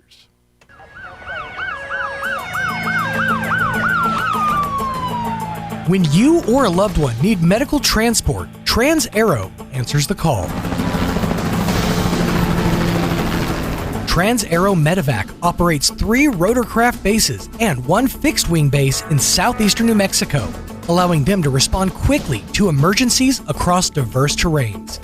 Their fleet extends coverage deep into New Mexico and West Texas, including Artesia, Carlsbad, Roswell, Ruidoso, Midland, Lubbock, and the surrounding areas. Ready to answer the call when every second counts. Trans-Aero Medevac, proudly serving southeastern New Mexico and West Texas. Flown for free, thanks to the partnership from the City of Artesia and Trans-Aero Medevac. Life support by air. Have you ever been to an escape room? Generally, there's a set of clues that you have to follow to find the prize to get out of the room. It's a mystery that has to be solved. Many things are learned along the way, but in the very best versions, you don't know the answer to the mystery until you find all the clues and find the prize. The Apostle Paul writes to the young Christians in Colossae about a mystery. What's great about this mystery is that you don't have to wait until the end of the story to know the answer. The Israelites were given hints or shadows of the mystery, but they didn't know the full story. Paul reminds them that the answer to the mystery is Christ in them. When Jesus came to this earth and died on the cross for our sins and rose 3 days later, he made known the mystery that has been taught from the beginning of time. Do you feel like you're missing something in your life and you don't know about this great mystery of Christ? Then we encourage you to join us and learn what's missing. Join us at the Country Club Road Church of Christ for worship at 10 a.m. on Sunday, located on the corner of Country Club and Washington in Roswell. You can buy all the furniture you want, but can you accessorize? This is Melanie from Glenn's Furniture. Transform your home by adding chic lamps, accent chairs, and unique statement piece artwork everyone will love and appreciate. Why live with basic walls and no ambience? Turn boring into colorful and pull that design genius from the depths of your heart. Your home will thank you, and so will we. Come see us at Glenn's on the corner of Union and Alameda, where delivery is free since 1953. October is here, and that means it's time to paint Roswell Honda pink. Roswell Honda has teamed up with the Chaves County Cancer Fund to donate $50 from every vehicle sold. Get 4.99% APR for 48 months on 2025 Honda Civic, 3.49% for 60 months on 2025 Honda Accord Hybrid, or lock in 2.99% for 60 months on 2025 Honda Accord. Great deals for a great cause. Paint Roswell Honda pink all month long at Roswell Honda, 2177 West 2nd. Here's a Mornings with Mike Winters fun fact. China has more English speakers than the United States. They have more Chinese speakers, too. Here's Mike Winters. And good morning. It is 26 minutes after 8 o'clock, and joining us in studio this morning from the Roswell Museum and Art Center, Caroline Brooks back with us, and Jessica Parham as well. Good morning, ladies. Good morning. So we ready for Saturday? Absolutely. This is exciting. I love this. I think this is one of the coolest, things that have popped up over the last couple of years is the Museum Day. And I think, is this third annual now? It is. Third annual Museum Day now. And each year it's growing and getting bigger. But this Saturday, November 1st, is our annual Museum Day event where all the museums in town, and now we got 8 museums in town, are going to be open on Saturday. We're going to have a special from 10 to 5 all day. We are encouraging folks to visit all 8 museums at 7 different locations. Roswell Museum, you don't want to go there. We'll go to the Anderson for that. Still boarded up. We'll tell you more about that. But hopefully you may have. I got mine in the mail late last week. Your passport. I didn't bring it, but it kind of looks like this. Mm-hmm. Yeah, there you go. There's the version. That's the version of it there. And that passport, if you take it to all 8 museums, all 7 locations, and get a stamp, then you can turn that in, and they've got a really pretty impressive prize package that they're going to do a drawing for at the end of the day on Saturday here. Mm-hmm. If you didn't get one in the mail or got lost in the mail, no big deal. You can pick one up at 6 of the 7 locations. Yes. The only place you cannot pick one up is at the Roswell, the International Museum, UFO Museum and Research Center. Sorry, I'd spit that eventually. But and there's a reason for that. Now, if you present the passport on Saturday, you will get into the International UFO Museum for free. But because they do charge, and this is a local centric event, they make their money by tourists coming and seeing the museum. So out-of-town folks, they don't want to let in for free. Sorry, we want you to come and spend money here and be part of it. But this is for locals to get out and see what's in your backyard here. So if you don't have the passport, maybe not hit that Museum first. Maybe go there second or whatever works in your line here. But you can stop by the Anderson or the Historical Society or the Walker Aviation Museum or McBride or the New Toys Museum or who else am I missing? The Miniatures Museum and Curiosities Museum, yes, and get the passport there. But I think I should shut up now and let you guys talk. No, I think you listed. You're doing a great job. I'm doing it off the top of my head all here. Right, I've been talking about it here. So I'm like, all right, which one did I miss? Hold on. I think you got them all.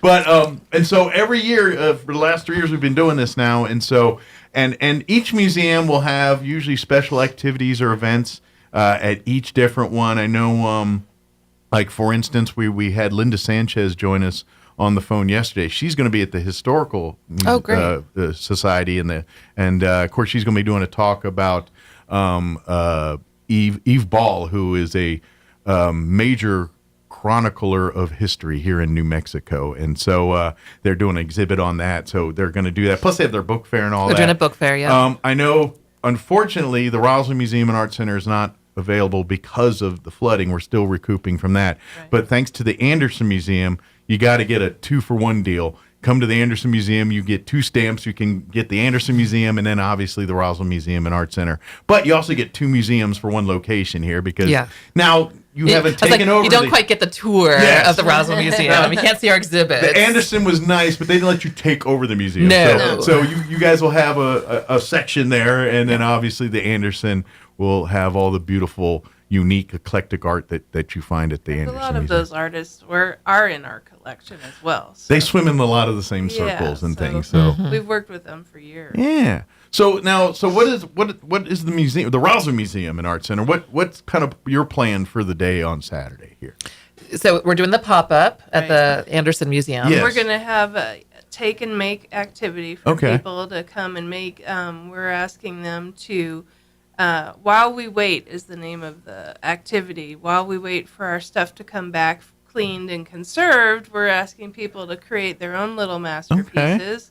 And so they're going to get a little kit to make their own art, and then we're asking them to take a picture of it, and we'll share those images on our social media. Yeah, and I like about this is this proves the point that anybody can do art.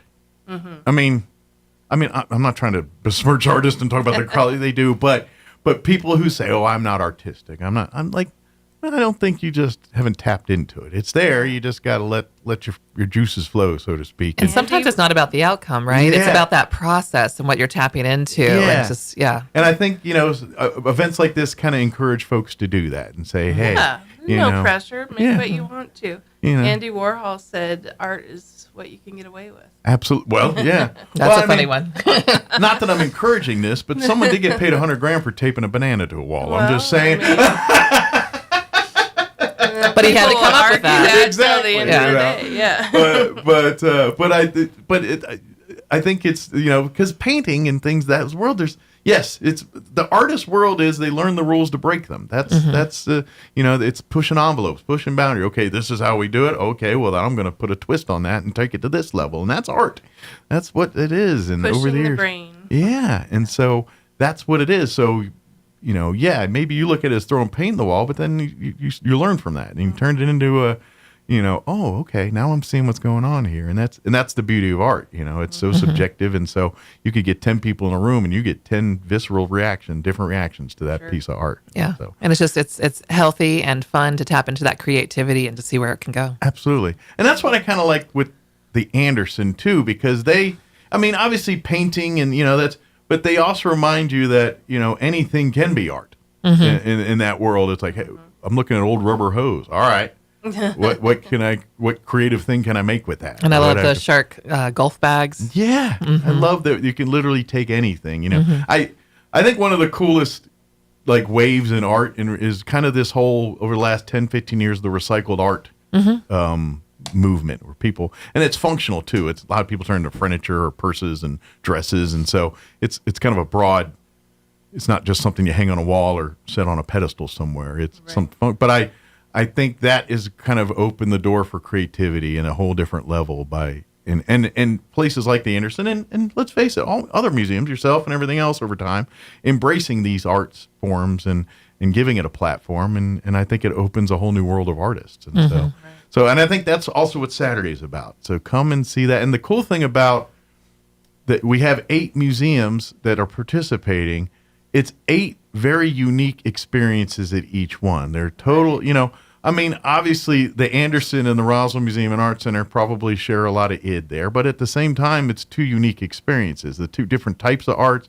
You guys get into, everything of the traditional, historical to, they go to the eclectic to, I mean, it kind of, it's such a broad base of art there. And then, when we get, all right, you love military history, great. Come on down to the Walker Aviation Museum. You can learn about the Air Force Base that we called home down there, Roswell Army Airfield, Walker, the role it served during World War II. Also, for folks who don't know, the first generation of intercontinental ballistic missiles, the ICBMs, they were housed here in Roswell, New Mexico. That museum also focuses on that history as well, too. The McBride Museum at the New Mexico Military Institute, same kind of thing. They've got that's probably the one that people know a little less about because it's in the campus there.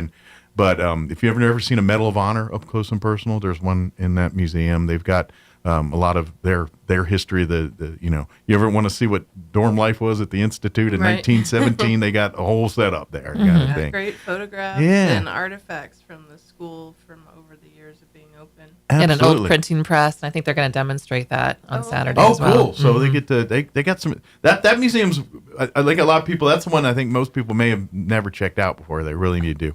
The Miniatures and Curiosities Museum. That's again one of the most unique museums in town because it's like part Ripley's Believe It or Not, part Anderson Museum, I guess. I don't know what you call it. It's just, you know what I mean? A bit of everything, but on a smaller scale. Yeah, right? and the curiosity. I mean, and it's not all small. There's normal sized things in there too, but that's the curiosity side. Great gift shops there. Yeah, they got and I'm sure they're going to be doing a lot of cool stuff for kids. They usually do during a lot of make and take. The player piano. Yeah. The player piano. Oh yeah. They keep getting more music added to their selection. And their new exhibit for curiosities with the glass that Nancy's doing looks amazing. I was over there peeking. Is it getting finished up? Yeah, it's getting close to done. I don't know. I took her some test tubes that I had for her glass displays. That's so cool. If you've never been there, then by golly, make Saturday your first day. Get out there and do this too. The new kid on the block, our Toys Museum. I haven't had a chance to go in there yet, but I hear it's really cool and some unique. And like if you're a toy collector, you're going there. But I think even if you were a kid once, you're right. Yeah, it's really fun. It's a trip down memory lane. Absolutely, here. They have stuff from the 50s, 60s, 70s earlier. I think. Yeah. It's really. And cool. I imagine it covers really well displayed as well. They did a good job. Good deal, and it probably covers because it could be the Barbie stuff to depending on what you're into. Star Wars and just Star Trek. Everybody has their different collectibles and things, and you get a Star Trek chair.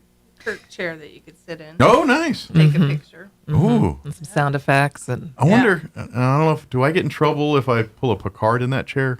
Probably. Like, I don't know if that's like it's Captain Kirk's chair, but if I sit in there and I say something like, make it so, which is a Picard line, right. I'm a little nerd, not super nerd, but I'm nerd enough though that's not the original Kirk. That's better than. Would Trek people get mad at me if I did that? I don't know.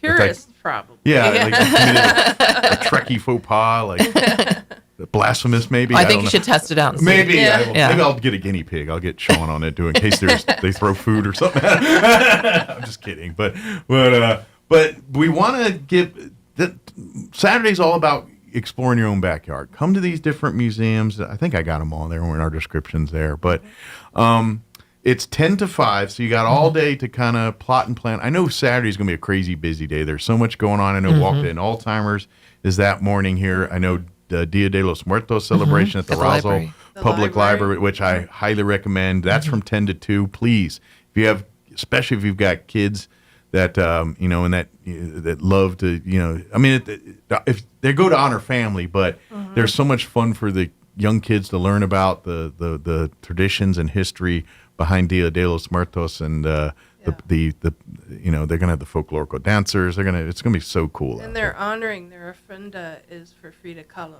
Yes. Oh, nice. Which is art related. So yeah. Yeah. Well, So and every year circle. they kind of they pick a different honoree.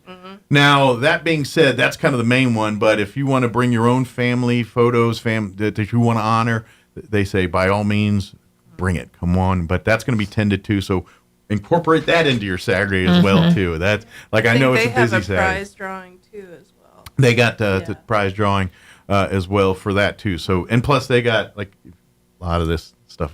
They were on last week, so I got a lot of these, not that thing, but these things. Oh yeah. I got a lot of the toys and things. Diana brings all the sweet swag from that. And for us, everyone should try to come to all 7 locations. But if you can't, that's okay. Go to 1, go to 2. Sure, at least come to some. But definitely, if you want to compete for the big gift grand prize, then you're gonna have to hit all 8 museums in all 7 locations here, and then you can turn them in to any of the whatever your last location is. So correct. If your last location's the UFO Museum, great. Or if it's Walker, or if it's the Anderson, or historic, whatever it is, you can turn it. And then I believe at 5:30 they're all going to go meet at the Anderson, right? Correct. And do the drawing. Yeah. So you're more than welcome to be there for the drawing if you want, or maybe And we'll do a Facebook Live on it, and we'll call the person that wins. Yeah. And, or maybe make that your last location, and then hang out, and then 5, and then just hang out and look around a little bit. And at 5:30 we'll do a big drawing and all that stuff.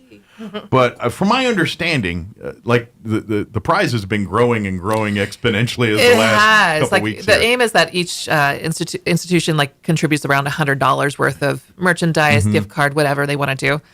This year, I think it's getting close to $1,000 for 8 museums. Yeah. So yeah, a lot of cool things in there. Shoot. And then each location also has their own drawing, which is smaller, but it mostly represents their institution. But so you can do individual prize drawings. You can do the grand prize drawing. Yeah, everyone's got their own little swag or gifts and things, and pretty much every one of the museums are going to have their own little, like you said, craft take or food samples, or put it this way, you're going to make room to carry stuff home, because I got a feeling you're going to be taking a lot of cool things home with you on Saturday, including memories. Yeah, including memories. Right. Be symbolic. And please, I look at this as, especially if you're really trying to hit all 8 museums on Saturday, don't feel bad if you can't see it all tomorrow or on Saturday.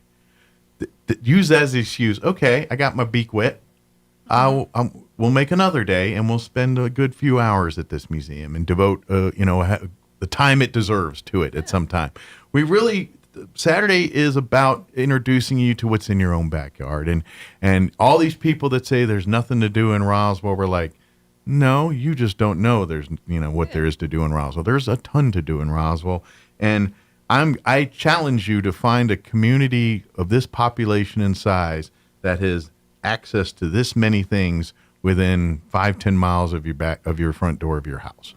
We are truly blessed in that regard with Roswell, and I would even offer, even the arts district goes deeper with our music and our like go downtown there on a Friday and Saturday night and walk in any of the coffee shops or restaurants. We got live music going on and all kinds. Yeah, the jazz festival was amazing. Yeah, jazz. Yeah. We have a lot of art and culture in this in this part of the world, and we are so blessed to have it. And yeah, jazz festival. You're literally getting the best jazz musicians in the planet.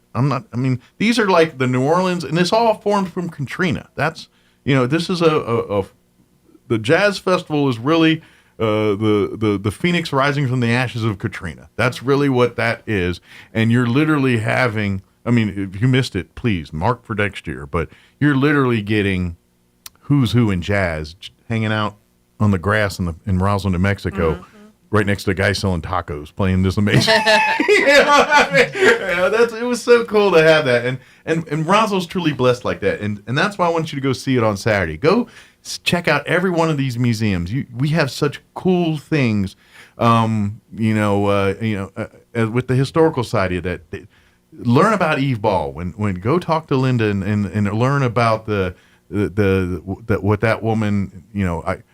I feel like because of her, we know so much about not even just New Mexico culture, but Native and Hispanic culture and how it all coexisted in this area. She was the one who peeled the layers of of the onion to get into that and find out about that kind of stuff. And so people that have that tenacity to keep going. Yeah. And so that's all in your backyard here. And you know, and by golly, we're going to have a museum back down here again. And you're going to be able to walk into the Roswell Museum and see the amazing art when it comes back. We're not there yet, but this is a chance to get in the, and like you said, if you want to learn more about becoming more involved, becoming, part of the service side of being, volunteering and being a member, all that stuff. Please don't hesitate to ask, everyone, obviously you come to the Anderson on Saturday and you folks will be happy to talk to more about membership in the Roswell Museum and Art Center, but equally at the Historical Society, Walker Aviation Museum, I'm sure even McBride and the toys, they could probably, volunteers and people to be a part of it. They're always looking for more, to build the art community. So use this chance to broaden your social circles and make some friends, and who knows, maybe volunteer and get involved in the community in places that you just found a new passion for, or something like that. That's what Saturday's about too. It's about community, and it's about celebrating our what's in our own backyard. And I'm telling you, even if you can't participate in all of it, try some of it. Go to one museum, go to two, whatever your day allows you to do. If you can go all 8, amazing. That would be great. But just, I know Saturday's a lot going on. Make Museum Day part of it and do all that stuff. So let's kind of just, personally on what's our timetable? I know you guys hear this all the time, but like in your world, how close do you think we are to maybe having people walk through a building again? We haven't quite turned a corner yet. Gotcha. So we're still working on getting the logistics in order for saving the collection, which most of it will be recoverable. So far, we've only had officially 3 losses from the collection. Officially. There's going to be probably like another 4 or 5 in the next couple of months. Yeah. But of the thousands of objects, that's great. That's a high percentage. Considering, how much mud and water came through the museum. I hope people got a chance to see some of those aftermath pictures, and you saw exactly how high that water got in there. Yeah, it was almost 6 feet. Yeah. So it was pretty incredible. But our standard, we have half the collection in Chicago with conservators. We have the other half here. We just had this last week and the week before 2 conservation groups that came out to take a look at the items that are here, some of which were in floodwaters, some were above, but all of it was affected in some way. Okay. And so we're working step by step with insurance. FEMA's informed on what's going on in case, at some point they're going to have to play a role as well. But right now they're just kind of staying on task. I would imagine treasured artifacts like you have, it's a little different world than just getting your house or garage fixed from. Which is important too. Different things we had at the museum, so there's a lot of need for different specialities. Well, and then it's a value thing too, and some of this artwork's hard to put a numerical value on, but for insurance purposes, they need a numerical value. So that's another part of the logistics is just working out the appraisals and getting values. And sometimes things are not valued as high as we value them, right? So monetarily. Too. And so that's where donations and FEMA will, kick in and help with that, cover that amount, because indeed insurance only covers up to the value of each individual item. I almost wonder when it's all said and done, if that can become its own touring thing in and of itself around New Mexico. Call it the recovered exhibit, and it's all the works from the flood that were saved and Definitely. There's been a lot of statewide support for us, and museums that want to exhibit things when they're ready, on our behalf. And also, like the O'Keefe was saved from the flood. It wasn't in the floodwaters directly, but the frame got hit by floodwater. So it's actually on exhibit right now at the O'Keefe Museum, and it's just on loan to them. They're going to keep it on long-term loan until we're ready. Well, I think it'll be they have in there. Information about the flood with it. Good deal. So it's So and this is the weird, cool part about art sometimes is, and this is literally what doesn't destroy us, make us stronger. To be honest, now that artwork has more story, more history to it, which in turn makes it more appreciative, more valuable, more, you know what I'm saying? Absolutely. That's which doesn't always work into an appraisal value. Yes, but it's in terms of the history of it, that's the thing. The art is almost as famous as the story of how it got here is, I know because this is on everybody's brain about the big robbery in the Louvre and what was going on there. Right. But there is so much artwork that have stories of stolen paintings that went on these adventures and recovering. And at the end of the day, it makes the art piece that much more, desirable, valuable, whatever you want to call it. It adds to that history of the around. So I think, like, at the end of the day, some of this art, what didn't destroy it is going to make it stronger and make it more appreciative, more valuable, and more desirable. And we definitely have an exhibit already. Yeah. And I would hopefully also maybe turn more people into seeing art in a different way or embracing art as something they enjoy. To know it survived this disaster. Yeah. Yeah. Because I think, where some people are like, okay, I don't understand the painting and the brushstroking, but I love history. So I'm going to, I can appreciate that side of it where, and that's... And speaking community is always appreciated. And I mean, it's a community-built museum from the WPA, and we've had lots of people contribute over the years that are from the community. So and we still sense that support. Yeah, and good. So our comeback campaign is it's your art. Sure. That's. But that being said, it's still right. We're in that, we're money raising people, and this is, like you said, membership and supporting. If you want to support in that way, if you're thinking, and I get it, you're thinking, that it would be a travesty to not have that museum here. Then guess what? It's going to take people like you and us to roll up our sleeves and say, we gotta save it. We gotta do what we can to make sure that the next generation of folks in Roswell get to enjoy that building and what's inside of it. So that's where we're at. And so really, Saturday's a day to support that and to be a part of it and to support all of the great museums and great opportunities for art, culture, history, and humanity to. Yeah, it's all of this is the study of us. That's why I love history. People say they hate history. I'm like, history is everything you do. You have a Facebook account, don't you? Guess what? You love history. It's just your own history, but it's history. That's and that counts too. Exactly. Yeah, absolutely. That's we all love history. Contribute. You just don't.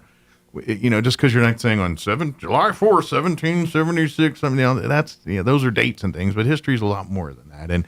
And really that's what Saturday's about. And whether it's the history of a piece of artwork or the history of what took place on this plot of land back in a certain time of day, that's all part of that. So,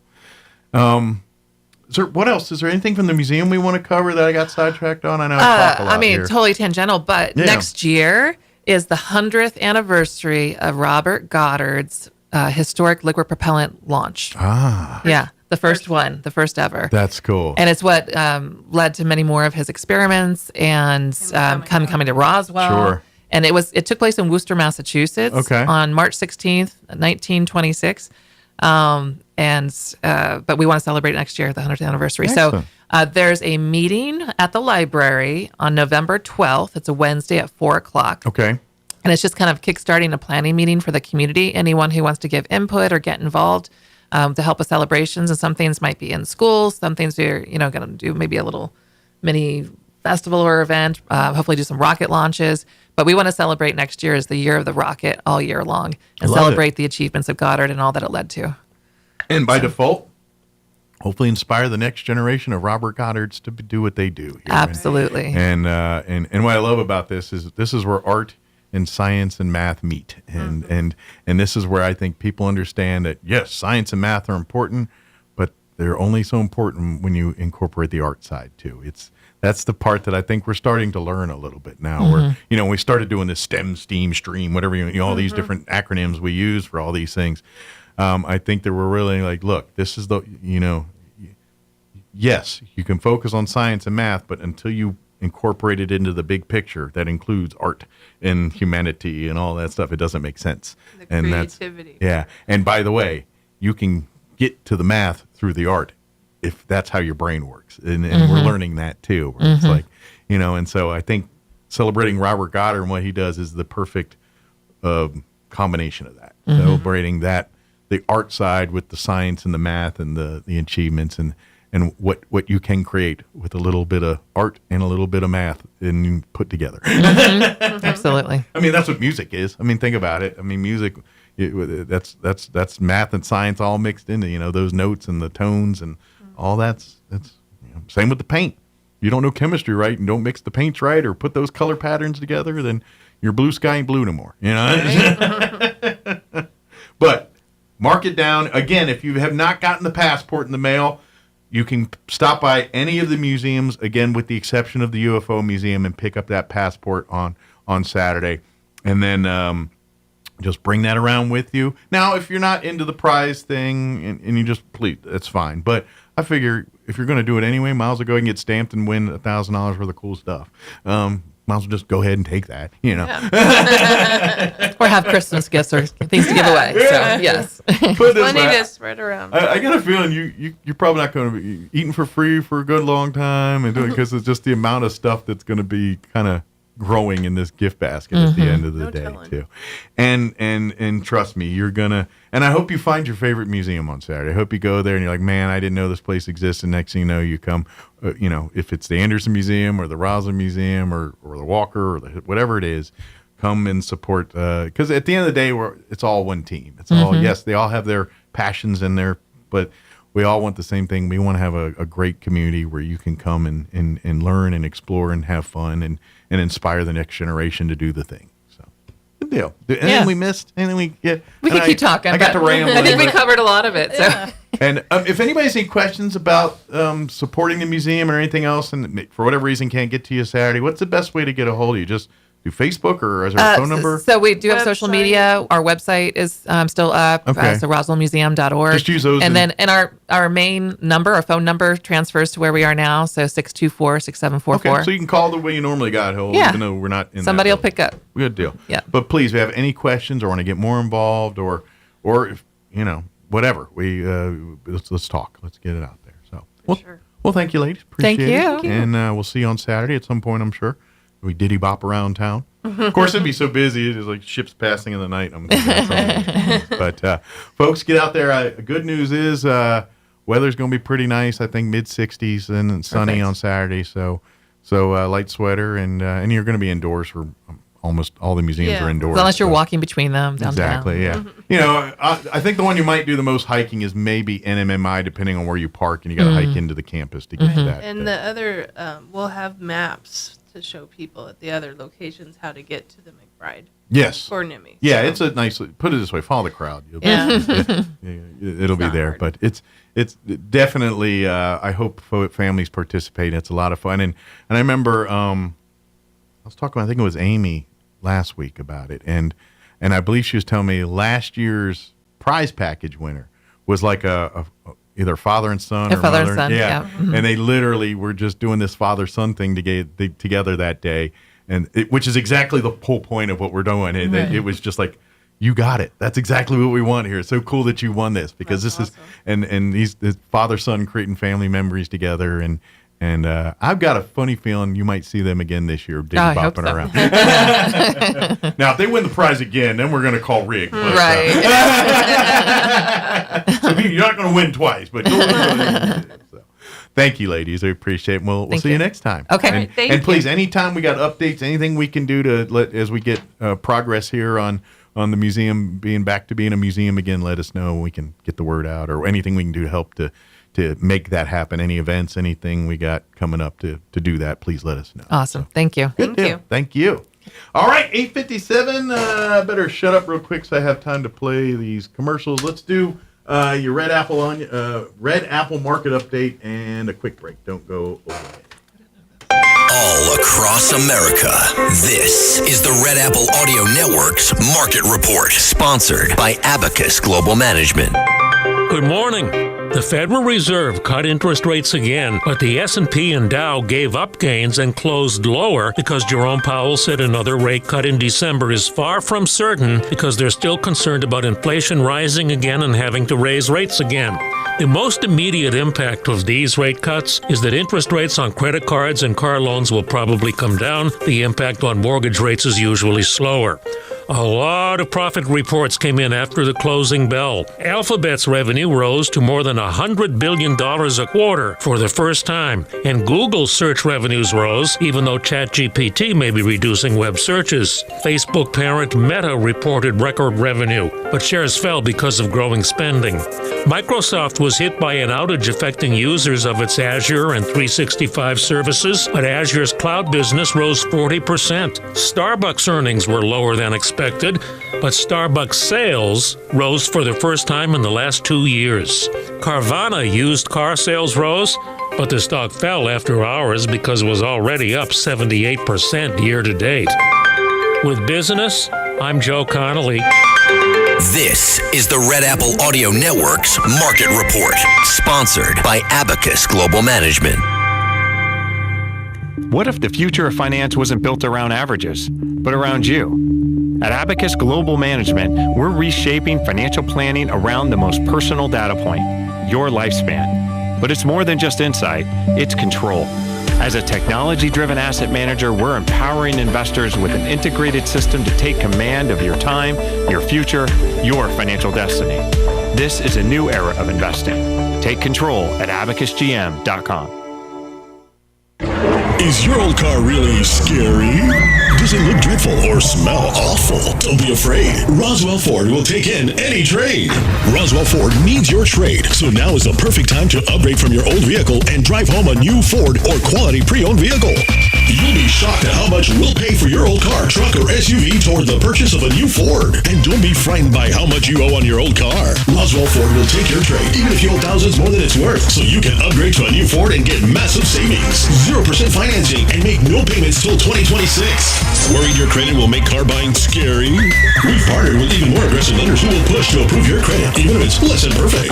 All roads lead to huge American-made savings and a better buying experience. Get on board at Roswell Ford, 821 North Main Street in beautiful Roswell. Call 575-623-3673 or online at roswellford.com. 0 APR for 48 months is $20.83 per thousand finance. Interest accrues from date of sale. Subject to lender approval on select vehicles. Offers not combined.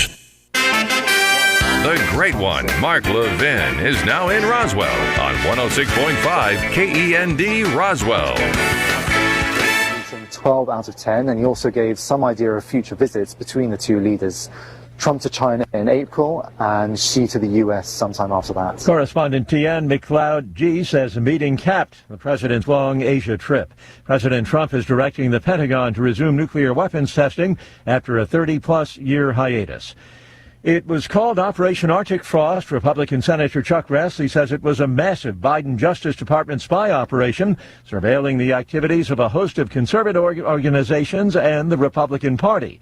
Grassley calls Operation Arctic Frost the vehicle by which FBI agents and DOJ prosecutors could improperly investigate the entire Republican political apparatus.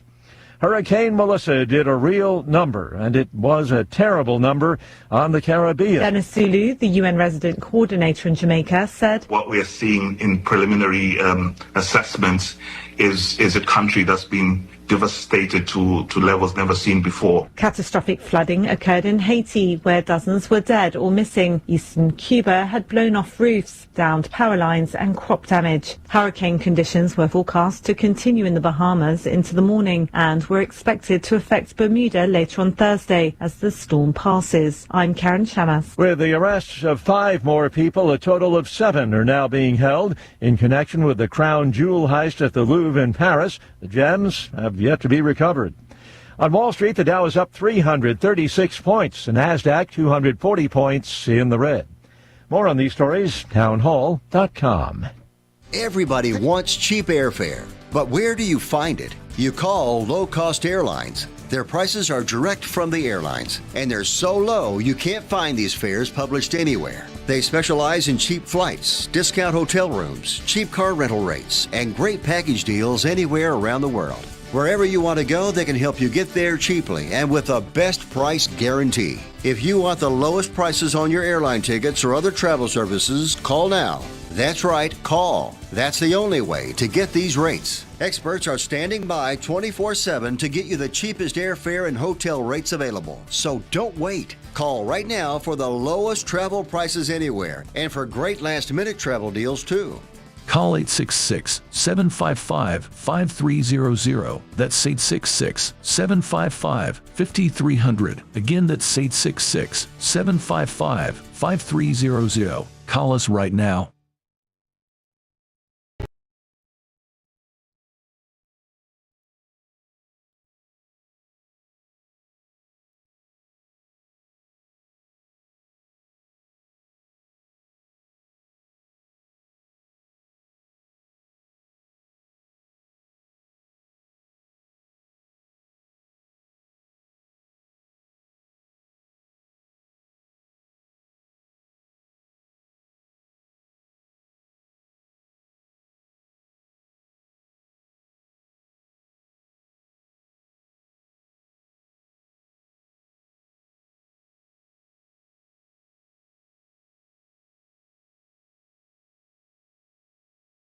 for excessive force and calls for the Rio de Janeiro governor to resign. Dozens of residents gathered in front of the state's government headquarters shouting assassins. They waved Brazilian flags. News and analysis, townhall.com.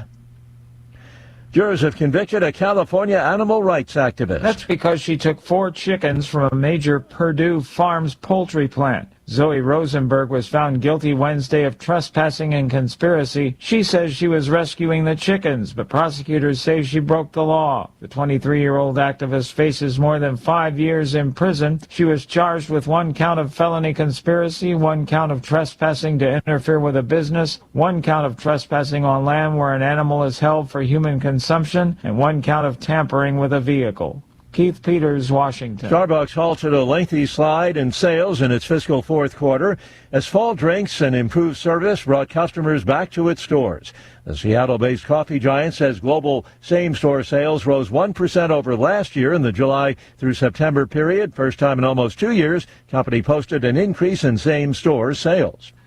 More on these stories at townhall.com.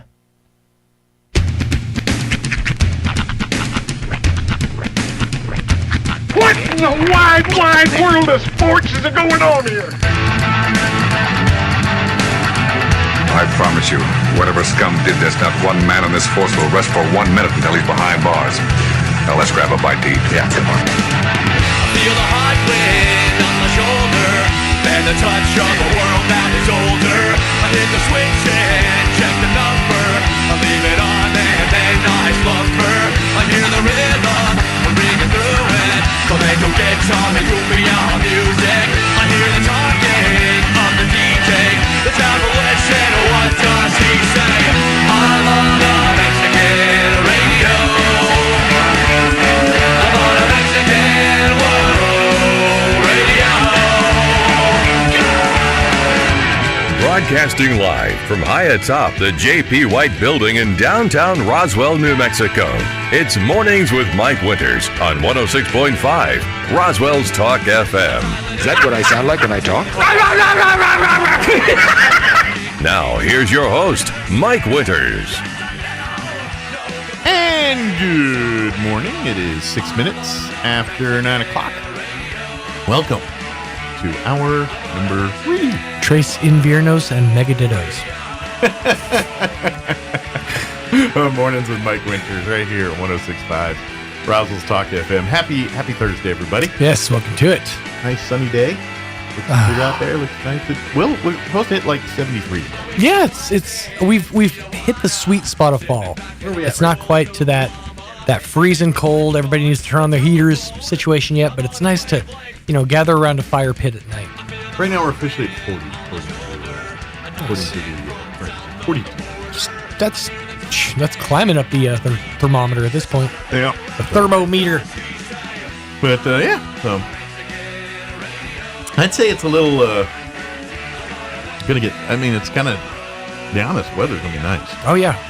Fall is in the air, and I'll tell you this.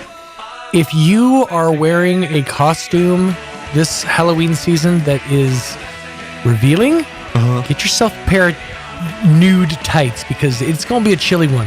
Yeah, Halloween. Sexy nurse outfit might be not the way to go this Halloween. Maybe go with something a little more covering. I'm going this Halloween as sexy grandma, so I'm wearing a wool knit sweater. Right. I go as sexy nuclear waste worker. Ooh. So I will full body. Full with the mask. With the mask, the whole thing. And then a teddy. How is the sexy? Well, look where there's these flaps, you see. They're closed off for the safety reasons, but yeah. So you told me who you were doing. I forgot. So I haven't actually gotten my costume. I know I'm that guy. I'm always like last minute guy, but I haven't fully decided. The idea that I came up with was because my daughter is a deer. I knew it was a daughter dad. I was thinking I could go as the headlights. That's right. So she could be a deer in the headlights. That's right.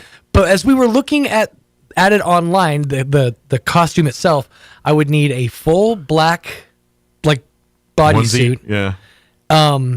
And the lights themselves would go right about here is what I figured. Yeah. But the ones I've seen online have yellow reflective tape leading in a dotted line pattern leading up like to a it. road? Like a road.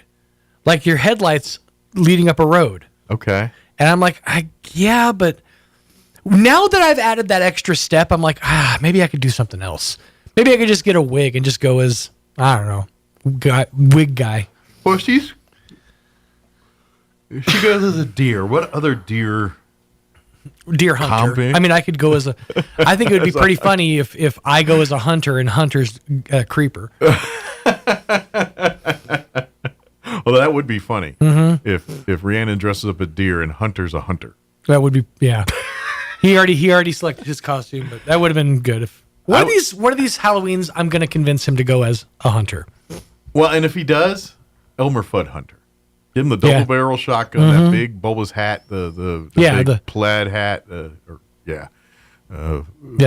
plaid, full plaid shirt. But he had that big helmet head. The high vis vest. Oh yeah, the giant stovepipe-esque hunter's teach hat. Hunter to put W's on his R's. Rabbit season. Well, that would be fun. I was going to say he already kind of does that. maybe recreate the bit where maybe you're just Daffy, and then he's Elmer, and then you just do the whole pulling off the poster. Rabbit season. Rabbit season. Just saying. See, I feel like he could confuse me though. That's the problem. Is if he's the Elmer Fudd character, he could confuse me, like confound me, and I would end up getting, shot in the face. Hard to be the bug. God, breathing fire. But or another Bambi character. I'm trying to think of. There's not a lot of famous deers. I could really just go messed up with it and get another deer costume and just put a gigantic wound on the side of it and go as Bambi's mom. I mean, I could, or just take the head completely off and just hang it. Sure, shouldn't one be an elk instead of a deer? Yeah, I guess, or a buck. Because I'm thinking you could do Grown Ups 2. You know the beginning of Grown Ups 2 where the elk gets into the house and starts peeing on everybody? And he falls in love with that doll? I'm just saying that. So you're saying I should pull an R. Kelly and I think there's a costume here. Sean, stop! I'm doing a thing here. This is for a bit. Yeah. I mean, I just say that might be a good... It is. I mean, here's the thing. You got to be careful giving me information or giving me ideas like this because I've literally said this is going to be on my gravestone. Commit to the bit. That's going to be on my headstone for sure. So if you give me ideas like this, I might run with them. Just saying. I'm going to go to... I'm going to sans kids because last time I had the kids and whenever I have the kids with me in any situation, especially at a Spirit Halloween, I'm like, let's just go give them most of my money and let's get out of here. Okay. I want to go sans children so I can kind of let my heart decide. Okay. You just spawned a question that I'm a little muddy on, and it all happened yesterday, and it was Spirit Halloween that started this thing. Apparently, and I saw it on the news yesterday, so I know that part happened. Apparently, some Spirit Halloween employee in some Spirit Halloween someplace, I didn't catch where it was, brought their pet monkey to work. What? And the pet monkey went crazy after all the strobe lights and Spirit Halloween, and they had to call the people to get this monkey down and all this other thing. Spirit Halloween is definitely not a place to go if you, let's say, for example, have a heart condition or are a chimpanzee. Apparently the monkey went crazy and they had a whole... It was all over the news yesterday. What a monkey, Steve. But this is where I'm confused because then I saw on social media later that day 27 times, and I didn't get the reference, herpes monkey at... Oh yeah, no. Is that a different thing? That's a different thing. That's I think, a different monkey. There was, I guess, there were 4 monkeys. They were lab test monkeys or something like that. Okay. And one of them got out. Okay. See, they were bleeding it together like one story, and I'm like, where did this herpes monkey at Spirit Halloween come? I thought it was just a regular monkey. We need to track down the one monkey with the smoky eye. They've been testing makeup on him. Okay. Spooked monkey at Spirit Halloween swings from the rafters. Yeah. A pet monkey wearing a diaper was caught on video swinging from the Okay. Facebook. There's a documentary on Netflix called Chimp Crazy. Yes, I'm if very you've familiar. never seen it, you it's need not on to. Netflix, or it's HBO. Is it HBO Max? It's the Max one, yeah. Anyway, it's from the makers of Tiger King. Yes, and here's the thing: there are certain animals that God has bestowed upon us, upon this earth, that do not belong in your home. They should not, cannot, and will not be domesticated. Monkeys are one of those animals. Alligators are another. But monkeys specifically. Here's the thing. They're like one gigantic muscle. There's no fat on them. So once they're and with the mind of a 2-year-old. So as they grow up with you for the first 4 or 5 years, yeah, it's great. They're part of the family. Then they realize, I can murder every single one of you right now. You think I'm going to listen when you tell me it's bedtime? No, I'll say when it's bedtime. Right. The dynamic shifts at some point, and that monkey is too powerful, too strong, too much for the family to handle, and all of a sudden, part of the family is, let's get rid of him. Yeah. I don't understand it myself, and I love animals, but I'm not that person. I'm not going to have, oh yeah, I got a pet raccoon, but yeah, I'm not that guy. The closest thing my family ever had is there was a squirrel that fell out of the tree when we were living in Albuquerque, and my mom, actually no, we were here in Roswell. This was when I was in high school. My mom took it in as a pet and tried though she may to domesticate this squirrel. I got bit like 16 times. That squirrel either just did not like me or did not like captivity. Stick to dogs, cats, fish, and turtles, and hamsters. I became a cat daddy. I fell in love with something that has razor hands. Yeah. I'm already taking a risk. Yeah. It's been weird around our house last couple of days. Oh yeah, man. I'm sorry. I'm so sorry for your loss. For those who didn't know, Mike and Kim lost their pet cat of about 16 years, right? No, she was 14. 14, okay. Yeah. But, Hannah, and that's a sad moment. But. Yeah, it's a bummer. But it is, life's weird around the house. I gotta imagine we're trying to getting used to it. It's different. But matter of fact, I was just reminded because Hannah was only eating canned food at the end there. That's the only thing I get her to eat, and so I have literally this whole box of these little canned foods. Now I have Bella, my other cat. Sure. But Bella's about, now that she's a solo cat, she's about to get put on the fat girl program. So this canned food, not Bella. Bella needs diet food. So I think I'm going to bring that whole thing and give it to. She's going to come home one day, Bella's like, what is this, spinach? Yeah. Yeah, Bella's going on a diet now. That, she's a only cat. She's going through it right now. She just lost her best friend. Now you're going to put her on a diet? I get it. They need them. And she's acting a little like she does seem a little out of sorts, the other cat. Like the other one's missing. Right. So, they had that love-hate relationship. That's a sibling. Has she gone on like looking around for her? Or? Well, she yes, but she kind of does that anyway. Like she goes on her weird walkabouts and just hollering at the walls for no reason. Yeah. She does that she did that before. But she's been doing that. But she also is getting now twice the attention, which she kind of, especially with, I bet she hates that. Now more than ever because we're kind of, grieving the loss of the other cat, so you end up loving on the other one more. Right, yeah. Yeah, and so she's digging it, I think, mostly, but she's kind of like, I've had enough. She's like, yay, 2 Christmases! I think she disappeared for a couple hours, just going to the bed, like, I need me time, please leave me alone, so... But it's been real. Appreciate everyone's kind words, and I know it's a cat and everything, but get it. That cat, I'm telling you, man, dude, I'm gonna be a mess when Stefan, finally for someone who was to... like literally with me everywhere I went in the house. I mean, I could not. I'm telling you, and it creepy possibly, but it's just the way it was. I could not take a shower or go to the bathroom. Same. Without that cat, especially the bathroom thing. Yeah, it's like I've never had a more intrusive roommate in my entire life. Well, only once did I have a roommate try to sleep on my chest, besides this cat. And I've told this story, and it's embarrassing, but I've already told it once, so why not?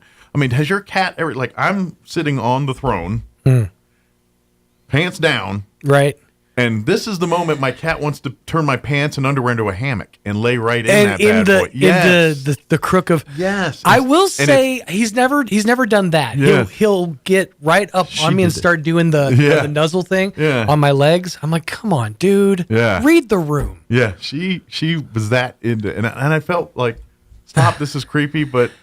Now I am curious because I know we have a guest. We have to wrap this up, but I am curious. Does your cat or have you ever had a cat be sensitive of bare skin? Like I've noticed that when I'm in shorts, my cat won't crawl across my lap or put his paws on my legs. Oh, really? He'll put them between them. Like he's conscientious of him, clawing me. I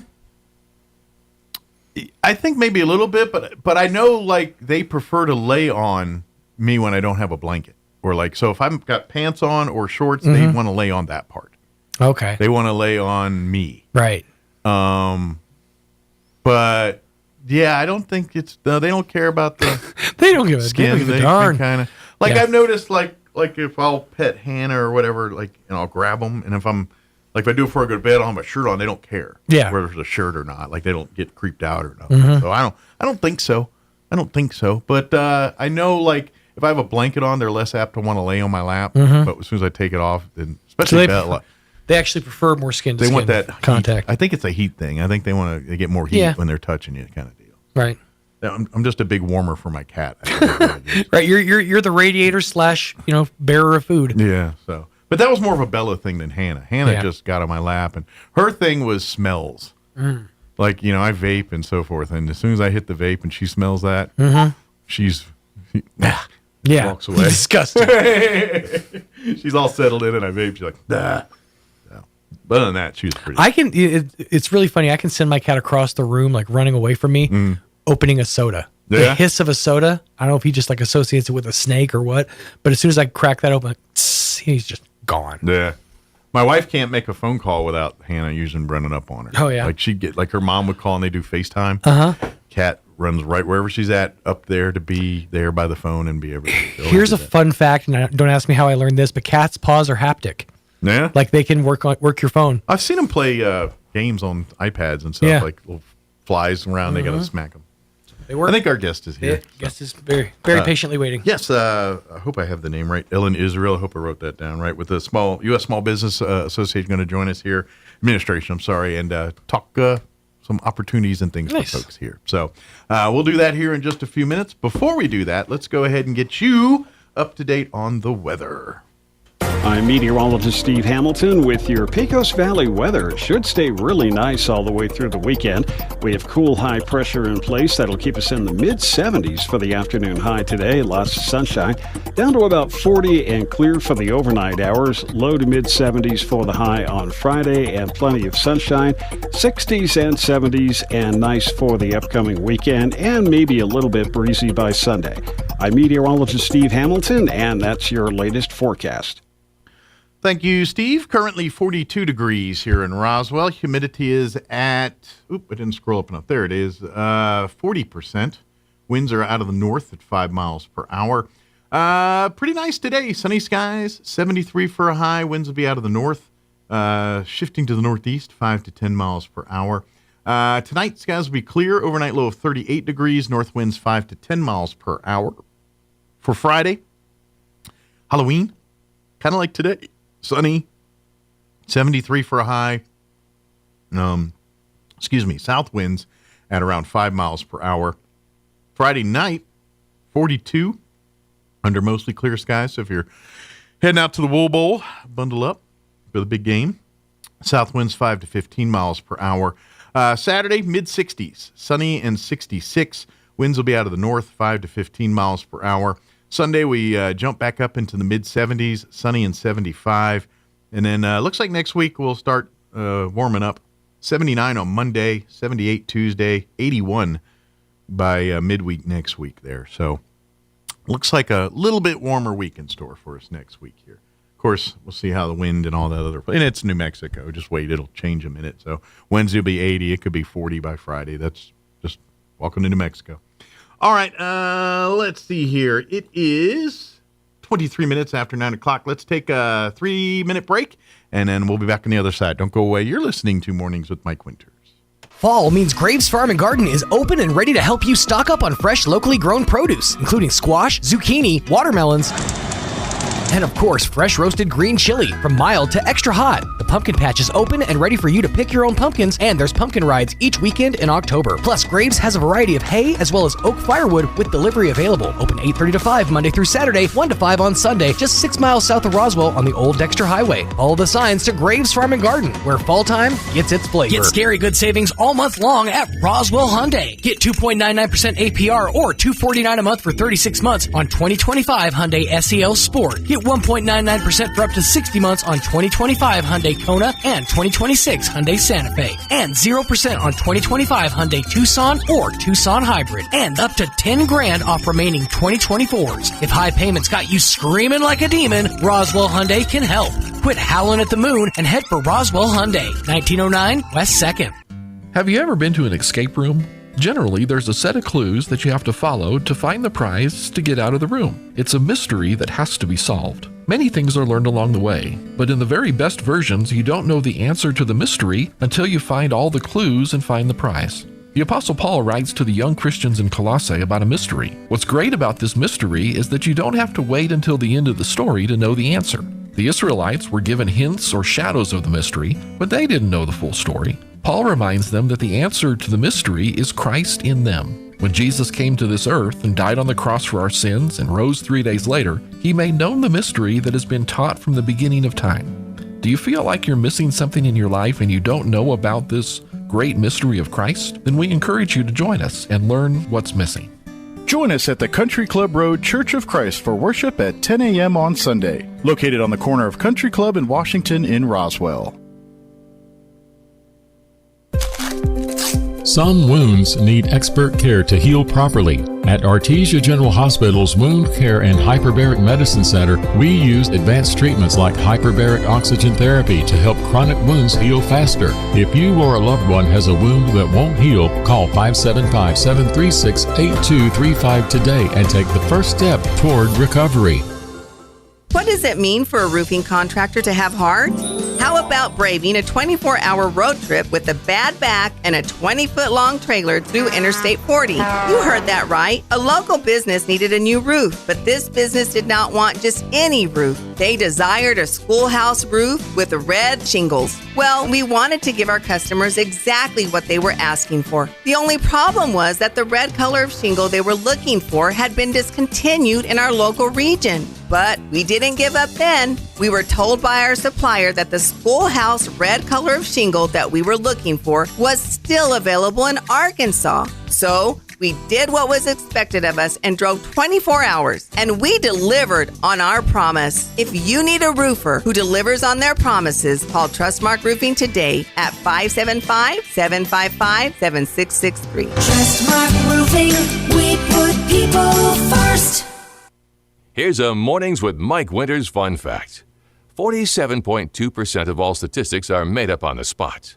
Is this true? I'd say chances are about 50%. Here's Mike Winters. And good morning. It is 9:27, and joining us in studio this morning from the U.S. Small Business Administration, Ellen Israel, joining us in studio this morning. Good morning, Ellen. How are you today? Good morning. I'm good. I'm happy to be here. Well, we appreciate you joining us here because obviously a lot of information for small business owners, especially with what we've been dealing with floods and fires and, what else, dogs and cats, whatever we got going on here. But a lot of small businesses are needing help, are working through FEMA and through various other government organizations right now to try to get monies and getting reimbursed for getting things fixed. And that's kind of where your administration's in the area kind of helping folks do that kind of very thing right now but you kind of have the small business angle, helping out small businesses and things like that. Exactly, yeah. So technically we can help businesses of any size. Sure. And nonprofits as well. Yeah, but usually like the Fortune 500, they got a whole department that does this. Usually they're usually fine. Yeah, they don't usually need our help. where Jill's Ceramics doesn't necessarily have right. But yeah. So that's where you guys come in and help, particularly dealing mostly with smaller business, because that's who needs generally more help in those departments. Exactly, right. Yeah. Here in Chavez County, we're offering our economic injury disaster loans. Okay. Since there was flooding in Ruidoso and Doña Ana County earlier this year. Sure. So we offer loans to help with physical damages where the flooding was the worst, pretty much. But in all the surrounding counties like Chavez. And we're still not fully recovered from the floods we got a year ago. So would some of this qualify in that, or is it because of the Doña Ana situation that kind of extends us for that too? So I believe for the flooding last year, I think the deadline is passed. Are closed. Yeah, okay. Unfortunately. But because of the Doña Ana, if you happen to be in the same, you might still be able to get some loan assistance to if you didn't get it the first time, or if you need additional funding or something like that. Yeah, exactly. So if you're a small business and you're experiencing like a loss of revenue, maybe there's not as many people coming through because they hear about all the crazy weather we're having. You're absolutely correct. Yeah, tourism down, things down. Exactly. Things that drive business are down. Yeah. Exactly. Yeah, you can apply for a loan through the Small Business Administration. Okay. What kind of I don't know, like proof or like what do you need to kind of verify that you're in that status? So that's a good question. We'll need your most recent complete tax return. Okay.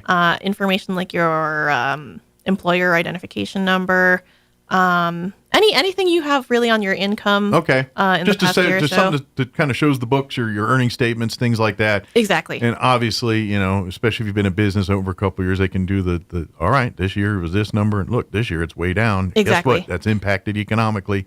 We can help you here. And exactly. Gotcha. So really, and I would take a suggestion is whether it's a large or small or whatever it is, because I imagine through this there's probably special interest rates and a lot of the, the affordability of taking this loan. So it's probably to someone's advantage whether you have a little damage or a lot to at least pursue this avenue and let's shake that tree and see what comes out here. Exactly. Yeah. It really doesn't hurt you at all to just come out and apply for a loan.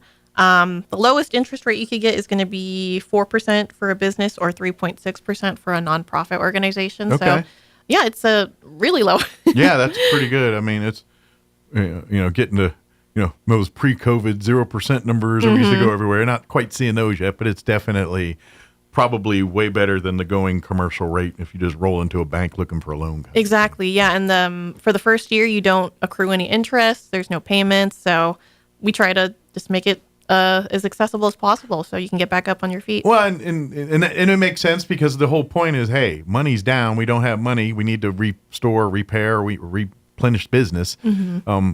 By the way, we can't pay the marker on that right now until we build up a nest egg again. So that allows you a year to get finances flush again. And then when about that time, you're like, okay, now I can start paying back that loan and getting it taken care of. And like I said, at that interest rate, most of your payments going back to interest and less, or toward the principal and less to interest here on that situation. Exactly. Yeah. It's really designed to be helpful. I mean, I know some people might hear the word loan and feel a little fishy, but it's really supposed to be it's just a good option to have. Absolutely. And then obviously this is depending on the type of business you run, I imagine there's probably certain paperworks and things like if your business is an LLC and all, you're probably going to need to have the paperworks with that to reflect that and such. And obviously there's making sure you're within the letter of the laws of that LLC, because there's a reason why and some of your LLC stuff might protect you on some of these things too. And I imagine. When you sit down with one of your folks, you probably sit down and say, well, there's options here you have in your own personal stuff, too, that we can help you tap into as well. So I imagine if you're needing some of that kind of assistance, your office is kind of helping with that, too. So. Yeah, we have a staff on site in Ruidoso right now at the Eastern New Mexico University Annex building. Okay. It's open 6 days a week, Monday through Saturday. And if you need help, even just scanning things in, logging into your account, we can help with all of that. Good deal. So, if you're kind of confused on the process or not sure here, and I know, and obviously talk to your accounting people and whoever does your books on, the type of businesses, because that does affect on, how you've set up your business and how it is and how it's, protected or how it's not, it's like that when you just gee whiz information, if your business is an LLC, by law, you have to tell people that you can't. And because in theory, if someone wants to sue you, they got to know then that no, you're suing an LLC. You're not suing a personal person. And so by law, you have to let people know that. So, right. But anyway, there's also laws and what you can do with your money and all that. And so that's where you guys can come in and say, all right, well, through this, we can protect you here. But because of this, that limits you on this, and we have to do it this way instead. Right, exactly. And every business is going to be a little bit different. So, and if you don't have an LLC, then those don't apply. But if you have a partnership, or if you know, then there's going to be different rules. Right, exactly. Like so exactly, yeah. And we have people who are available to walk you through that. You can also apply online at sba.gov/disaster. Again, or you could walk into that center we have in Ruidoso. We also have our customer service line. That's 1-800-659-2955. Okay, and that probably benefit more folks in Roswell here because they can call it and then, or call you direct in Ruidoso, and then whatever we can do over the phone, and then if we need to have a face-to-face, then we'll set that up. Exactly, yeah, it is about an hour drive, which... Look, there's a lot of people looking for excuse to go to Ruidoso for the day, and they'll be like, hey, I'm going to go up, oh, by the way, I'll eat lunch at my favorite place, and... yeah, I'm sure they'd love to have you. Depending on your day, like, hey, let's go hit the casino before we leave. Oh, there you go. Yeah, go for a hike or have a whole day there. But no, I'm sure they'd love to have you there. They'd really love to see the business, I'm sure. Yeah, I hope you get to visit that place in the summer. And when did you guys get into town? I know you're there for probably through November here, but when did y'all get into Ruidoso? Oh gosh, I want to say like late June. Okay, no, July. Late July. You got to experience, but unfortunately, because of the flooding, like you've missed a lot of the tour because the horse racing was really hampered this year. Yes, their track is so bad. Ruidoso is a really fun place to spend your summer in. So it's beautiful. Yeah. Unfortunately, you didn't get to see all of the. I got to ask, since you've been in New Mexico now, a good almost 6 months by all said, have you been any kind of green chili acclimated yet? Or you? I know you're from Arizona. Las Vegas. I'm Arizona. That's what I meant. Nevada. Close enough. But yeah.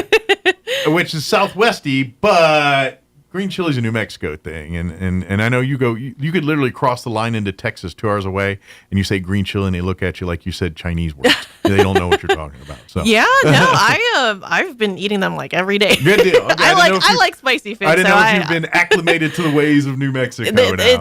I love that you can get on literally anything. It's amazing. And I ain't gonna lie, Ruidoso has a lot of good restaurants. So you can get fat living in Ruidoso for. I'm just saying. Next thing you're like, oh, Lincoln County, okay. Oh wait, I don't know. I'm just so many different. What I'm going to do is I'm going to say 3 restaurants and tick off 10 others. So I know there's too many, but there's so many good restaurants in Ruidoso and everything else. So that's it. But folks, if you need to, if you don't have an excuse to go down, please go to. There's plenty to do while you're there too. But I would say even if you were planning on going a different direction and maybe.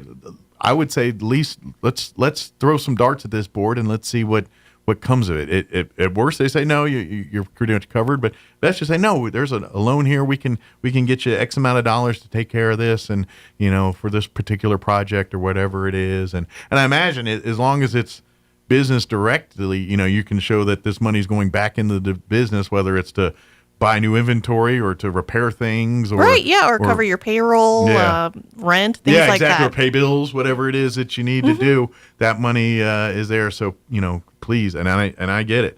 You're a small business owner and you're like, I gotta make sure all the checks and balances end at the end of the month and everyone gets paid and, before I get paid. And if that number's not jiving right now, maybe it's time to call and let's see what we can do to kind of get you back into where we can get the bills paid down and you can start collecting more of your profit to put away. And as a business, you can get up to $2 million. Good deal. So it's but is there like a deadline? Like, what's the drop dead deadline that they can that they got before they got to get their benefits? They got to start the process at least. Yeah, for the business economic injury disaster loans, that deadline is not until April of next year. So you got a little time, but that doesn't give you an excuse to procrastinate. I would imagine the earlier you start it, the faster you're going to get through the process and get the money in your hands sooner rather than later. So exactly. I wouldn't wait around till April to do this. I would go ahead and kind of put the irons in the fire now and start the process and here, within weeks or months or whatever, we can get that ball rolling. Exactly. Yeah. We you don't have to wait for your insurance to settle or anything like that. Our funds can jump right into Sorry, your... that one fly's been bugging me all morning. It's made its way in here, and it's been I've been hunting it. Like, yeah, I could feel it around my face, but I think it's gone now. That's the little things in my life that drive me crazy. You just saw right there. But it is a real opportunity here to do that. And of course, if you have any questions or if you're confused, that's where your folks. And trust me, whether it's the same thing when FEMA was here a year or two ago and they were doing their processing claims, much like your administration and what your office does. These folks are here to try to find you as much money as possible. They're on your side. They're the ones turning over the rocks because your people know the programs. You know and so you come and tell your story to them, and they can say, "Well, your story sounds like it'll apply here. Let's put you in there." And that's exactly what you and your staff are here to do: is to come hear your story and see how we can use that to apply to get you money to get your business back on track. And obviously if it's dealing with the flooding and stuff, as long as your story jives with that, and that's just it. If you're kind of like iffy on that, play the story here, and that's where you can say, all right, we may not qualify here, but we can make it qualify. And that's what you guys do. You literally are turning over rocks for folks to try to say whatever government program is available to get you assistance. That's, you kind of that government window Sherpa to the folks there to try to navigate them through, which can be confusing for folks. It can be a process, but we try to make it as smooth as possible. So please come in with that mindset that your staff and everyone there, they're kind of, hey, we're the guys, we're like the leprechauns trying to find the money for you. Let us, give us your details and let us go to work trying to find you some money. Exactly. Yeah. That's what this is all about. And so, and we all know when it comes to government and things, it's, it's just, you got to follow the path. You got to go through the red tape. You got to go and I get it. It can be monotonous. It can be, but this is why talking to folks like you navigate, you make the process less stressful for people, less headache, more apt to want to do it rather than say, I throw my hands up and done with this. Right. Yeah. We want to be there to help you, give you this option. And to be honest, it's all by design, because when you're dealing with this amounts of money, there's got to be accountability. There's got to be a paper trail. There's got to be making sure everything's on the up and up, because even though 99% of us are honest, hardworking people and would never do anything like that, there's that 1% that look at situations like this and see how I can glom and scam and twist it to my advantage and take money from people or get money that probably don't really deserve it like the rest of us do. And so that's why the system's the way it is. But that being said, it can be done. Use the resources to help you. Talk with Ellen and her staff, and let's say, hey, what can you guys do? Because I'm lost here. I don't know what to do. And that's what you guys are here to do. And like you said, you probably be here another month or so. At boots least, on the ground. Yeah. The hotlines and stuff will continue long past the April, or even after the April deadline. Once you're in the system, after April, you still follow if you haven't received your money or anything by that point. Exactly. Yeah. You'll have a loan officer taking care of you. You'll have a pipeline number that whole time. Exactly. But like you said, I guess the first thing is just to call the number, or if you happen to be in Ruidoso, pop by the office there. Again, you're on the ENMU Ruidoso campus there. Yes. I almost said ENMUR, and I was like, well, technically it's the wrong R. Ruidoso. Close enough, yeah. The Ruidoso campus there, and let's start the paperwork. Let's start the process, and let's hear.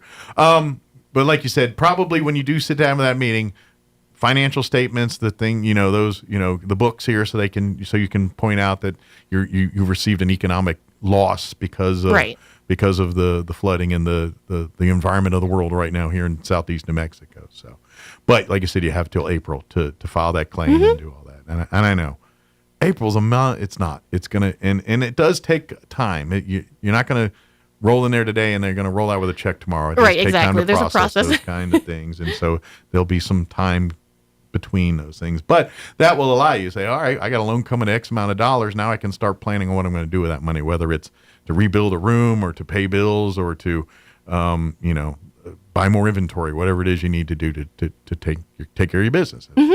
Exactly. Yeah.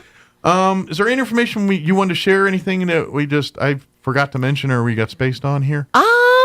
Well, you could, the funding is also available for any mitigation projects that you want to take on. So if you want to do something to harden your business against wildfires or floods. Okay. That's totally welcome. So preventative stuff. So exactly. if you're thinking, all right, fool me once, not the second time. I'm building a moat around whatever it is that, I don't know how do you protect against. I'm going to build my building in the sky. I don't know what it is. Yeah, whatever it takes. Whatever fortifications you want to do, or maybe alarm systems or whatever it is. Stuff that's preventative. Yeah. So that qualifies as that too. It's like, hey, yeah, this time I got beat up because I had poor drainages or whatever it is, and this time I'm gonna have steps fixed. Exactly. Yeah, we want to help you get up and prepare for the next disaster, which unfortunately. So even if you kind of went relatively unscathed, if you want to fortify and stock up and use this, like I said, all you got to really show is like, hey, business was down because of this, and here's the numbers to prove it.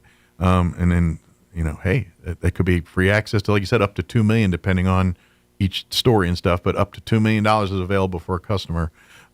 Potentially here. And is there a minimum? Like what's the, like if you said I only need a couple grand? I don't think there is a minimum. Okay. I haven't seen a. Okay, I didn't know. If, it's like no, I don't need millions, but I could use $5,000 to do something. I've seen lower loans in the couple thousands. Gotcha. And you're like, I need $29.50. Come on, help me out. No, that's a little bit specific. Well, that's a little low. Like, what are you buying? I'm buying a chia pet and a cup of coffee. Chia pet's going here, and I need the coffee so I don't kill these people. I'm kidding. But yeah, like you said, so don't think if you're like, well, I just need $1,000. No, if that $1,000 will help your business grow or repair it from this, then let's start that process. And yeah, you'll get the cheapest rate for $1,000 loan in your life. But let's go that process. Yeah, doesn't hurt you at all. Good deal. Well, I appreciate the visit, and I hope you have other things in Roswell this morning here. Good. Yeah, I have a couple other stops to make. You come down to town and like, all right, 15 minutes, I'll see you going back up the hill. You gonna be here for lunch? Most likely. Okay. Yeah. Trying to think, what's your favorite? I'm trying to see, where would I steer you? I don't know. I mean, anything with the green chilies, like we talked about. Okay, would be awesome. To be honest, we got a dozen Mexican restaurants. Hit any of them; they're all good. Okay, doesn't matter. They're all delicious. It doesn't matter. You can go to any of them. Well, let's see. What's trying to think of what's I don't just go up Main Street. You'll see one you hit. Right? One. Yeah. No, there's a lot of options. Yeah, they're all pretty good. So, good deal. Well, Ellis, appreciate the visit. Thank you. And anything else we can do, or if we need to jump on here down the road, maybe if you're not coming to town, we can do a phoner to save you a trip to Roswell. But as we get down, or maybe as we get to where you guys are maybe packing up, as one more time saying, hey, last warning, we're going to be here another week or two, but then we're riding off to our next disaster. Because that's kind of what you guys do. Pretty much. You kind of hang out here, and then it's like, do you ever go home for any stretch of time? It depends.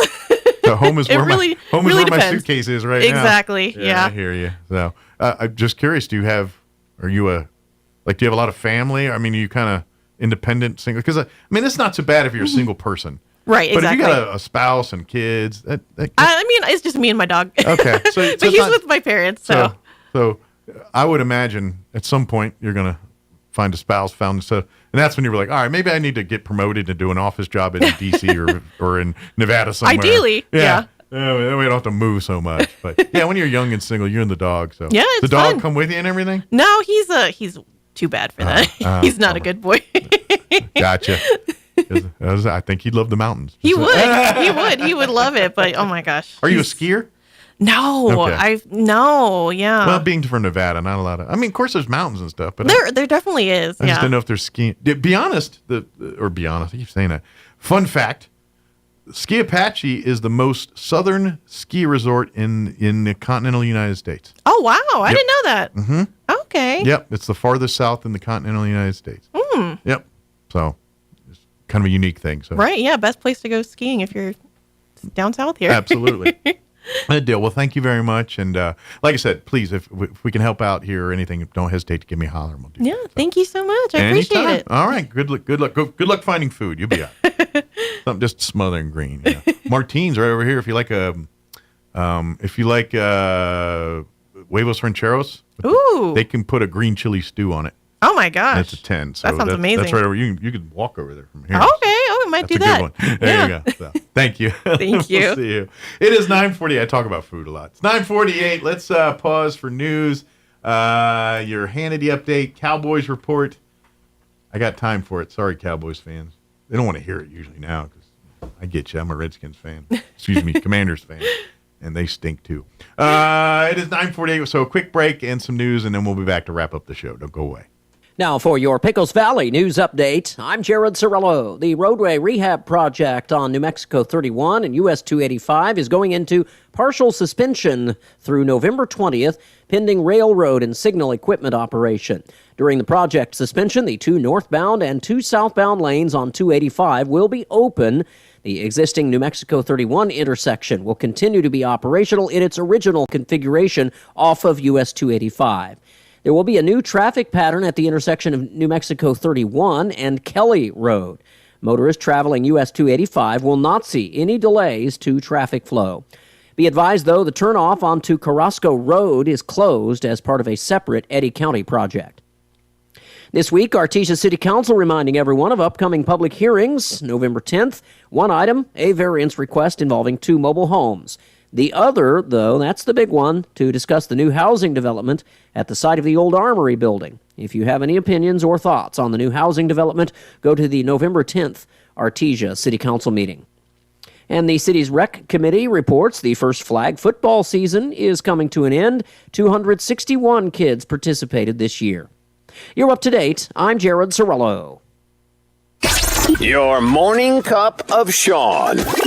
This is the Sean Hannity Morning Minute. The president must make the decision, and the courts can hold pardons void if the decisions are made by others. The committee recommends the DOJ investigate all of Biden's executive actions, particularly clemency actions, to assess whether legal action can be taken to void any action the former president did not, in fact, make himself. You realize this is the biggest cover-up scandal that they're exposing in American history? That we had a president of the United States that they knew and they covered up was incapable of doing their job. But we did know, didn't we? Some of us told you the truth. Many of them lied. The conservative underground meets later today on the Sean Hannity Show. There's a reason I'm so proud of our partnership with Pure Talk, my wireless company, a veteran-owned company, because they don't just talk the talk, they walk the walk when it comes to supporting our vets. It's a veteran-owned company. This month, Pure Talk is choosing to support Canines for Warriors. Now, this is an incredible organization that rescues and trains dogs, pairs them with veterans that are struggling, for example, with PTSD. Canines for Warriors gives these heroes a purpose. It gives them companionship and healing. That's exactly why Pure Talk, a veteran-led company, supports them. Now, choose a wireless company that shares your values. Remember, you're going to get unlimited talk and text and plenty of data, $25 a month. Average family saves over $1,000 a year. You get the exact same service as the big carriers, same cell tower, same 5G network. Just dial pound 250, say the keyword save now, and make the switch. Pound 250, keyword save now, switch today to America's wireless company, Pure Talk. Talk. Hi, everyone. With your Cowboys Report, I'm Christy Scales. A Cowboy whose resume includes being the #1 overall pick in the draft tells you the heartfelt message he shared in the locker room after Sunday's loss, right after this. Cowboys Nation is big because everything's bigger in Texas. And Reliant has the energy to power it all. From home field advantage to home sweet home, Reliant has Dallas Cowboys fans all across the Lone Star State covered for every electric moment this season and beyond. Reliant, proud to be the official energy provider of your Dallas Cowboys. Reliant, PUCT number 10007. Whether you're getting ready to purchase a home, setting up a college fund for your kids, or preparing for retirement, you're working hard to live a life you love. And you deserve peace of mind knowing your home, loved ones, and future are protected. At SWBC, we can help you assess your personal situation and create a customized solution to make sure you're prepared for whatever life throws your way. Visit SWBC.com to learn about your mortgage, insurance, and wealth management options today. That's SWBC.com. Cowboys defensive end Jadeveon Clowney is a 12-year NFL veteran who, after Sunday's blowout loss in Denver, shared an impromptu, impassioned message with the team. I'm not the big yeller, but everybody take my advice a lot, and I was just telling them, man, we got too much talent on this team for us not to figure out what's going on. And it was bothering me because I'd have been on teams where there wasn't a lot of talent. I'd have been on talented teams, and I'm like, I know what it looked like, and I see a lot of talent around here. A lot of, not just talent, the way we work here is even more a reason why we should be winning. Like I said, our defense step up and get an offense that help they need on the defensive side. I think we'll be all right. Dallas looks to right the ship this coming Monday night at home against the Cardinals. With your Cowboys Report, I'm Christy Scales. I'm meteorologist Steve Hamilton with your Pecos Valley weather. It should stay really nice all the way through the weekend. We have cool high pressure in place that'll keep us in the mid-70s for the afternoon high today. Lots of sunshine. Down to about 40 and clear for the overnight hours. Low to mid-70s for the high on Friday and plenty of sunshine. 60s and 70s and nice for the upcoming weekend and maybe a little bit breezy by Sunday. I'm meteorologist Steve Hamilton, and that's your latest forecast. With the Wall Street Business Report, I'm Rich Thomason. Europe's economy has grown by a modest 0.2% in the third quarter, according to official figures released today. Growth in the 20 euro countries has been dampened by higher U.S. tariffs and weak performances from Germany and Italy. President Trump says his meeting with Chinese President Xi Jinping was amazing and resolved many issues. She notes that negotiating teams from both countries reached a consensus and that teams should complete follow-up work as soon as possible to deliver tangible results. Stellantis, the maker of Jeep, Fiat, and Peugeot vehicles, reports a 13% increase in its third quarter net revenues. Starbucks halted a long sales slide in its fiscal fourth quarter as fall drinks and better service brought customers back to its stores. For the Wall Street Business Report, I'm Rich Thomason. Experience Still Waters with Leanna Crawford, the Still Waters Tour. He leads me by still waters till my fears are gone. With special guest Cade Thompson, Saturday, November 15th at Waymaker Church in Roswell. Get tickets now at leannacrawford.com with VIP package available or at the door. Get your tickets now for the Still Waters Tour featuring Leanna Crawford, Saturday, November 15th at Waymaker Church, 202 South Sunset in Roswell. This is an all-ages event.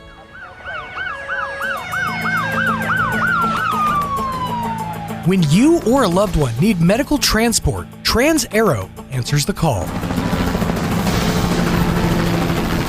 TransAero Medevac operates 3 rotorcraft bases and 1 fixed-wing base in southeastern New Mexico, allowing them to respond quickly to emergencies across diverse terrains.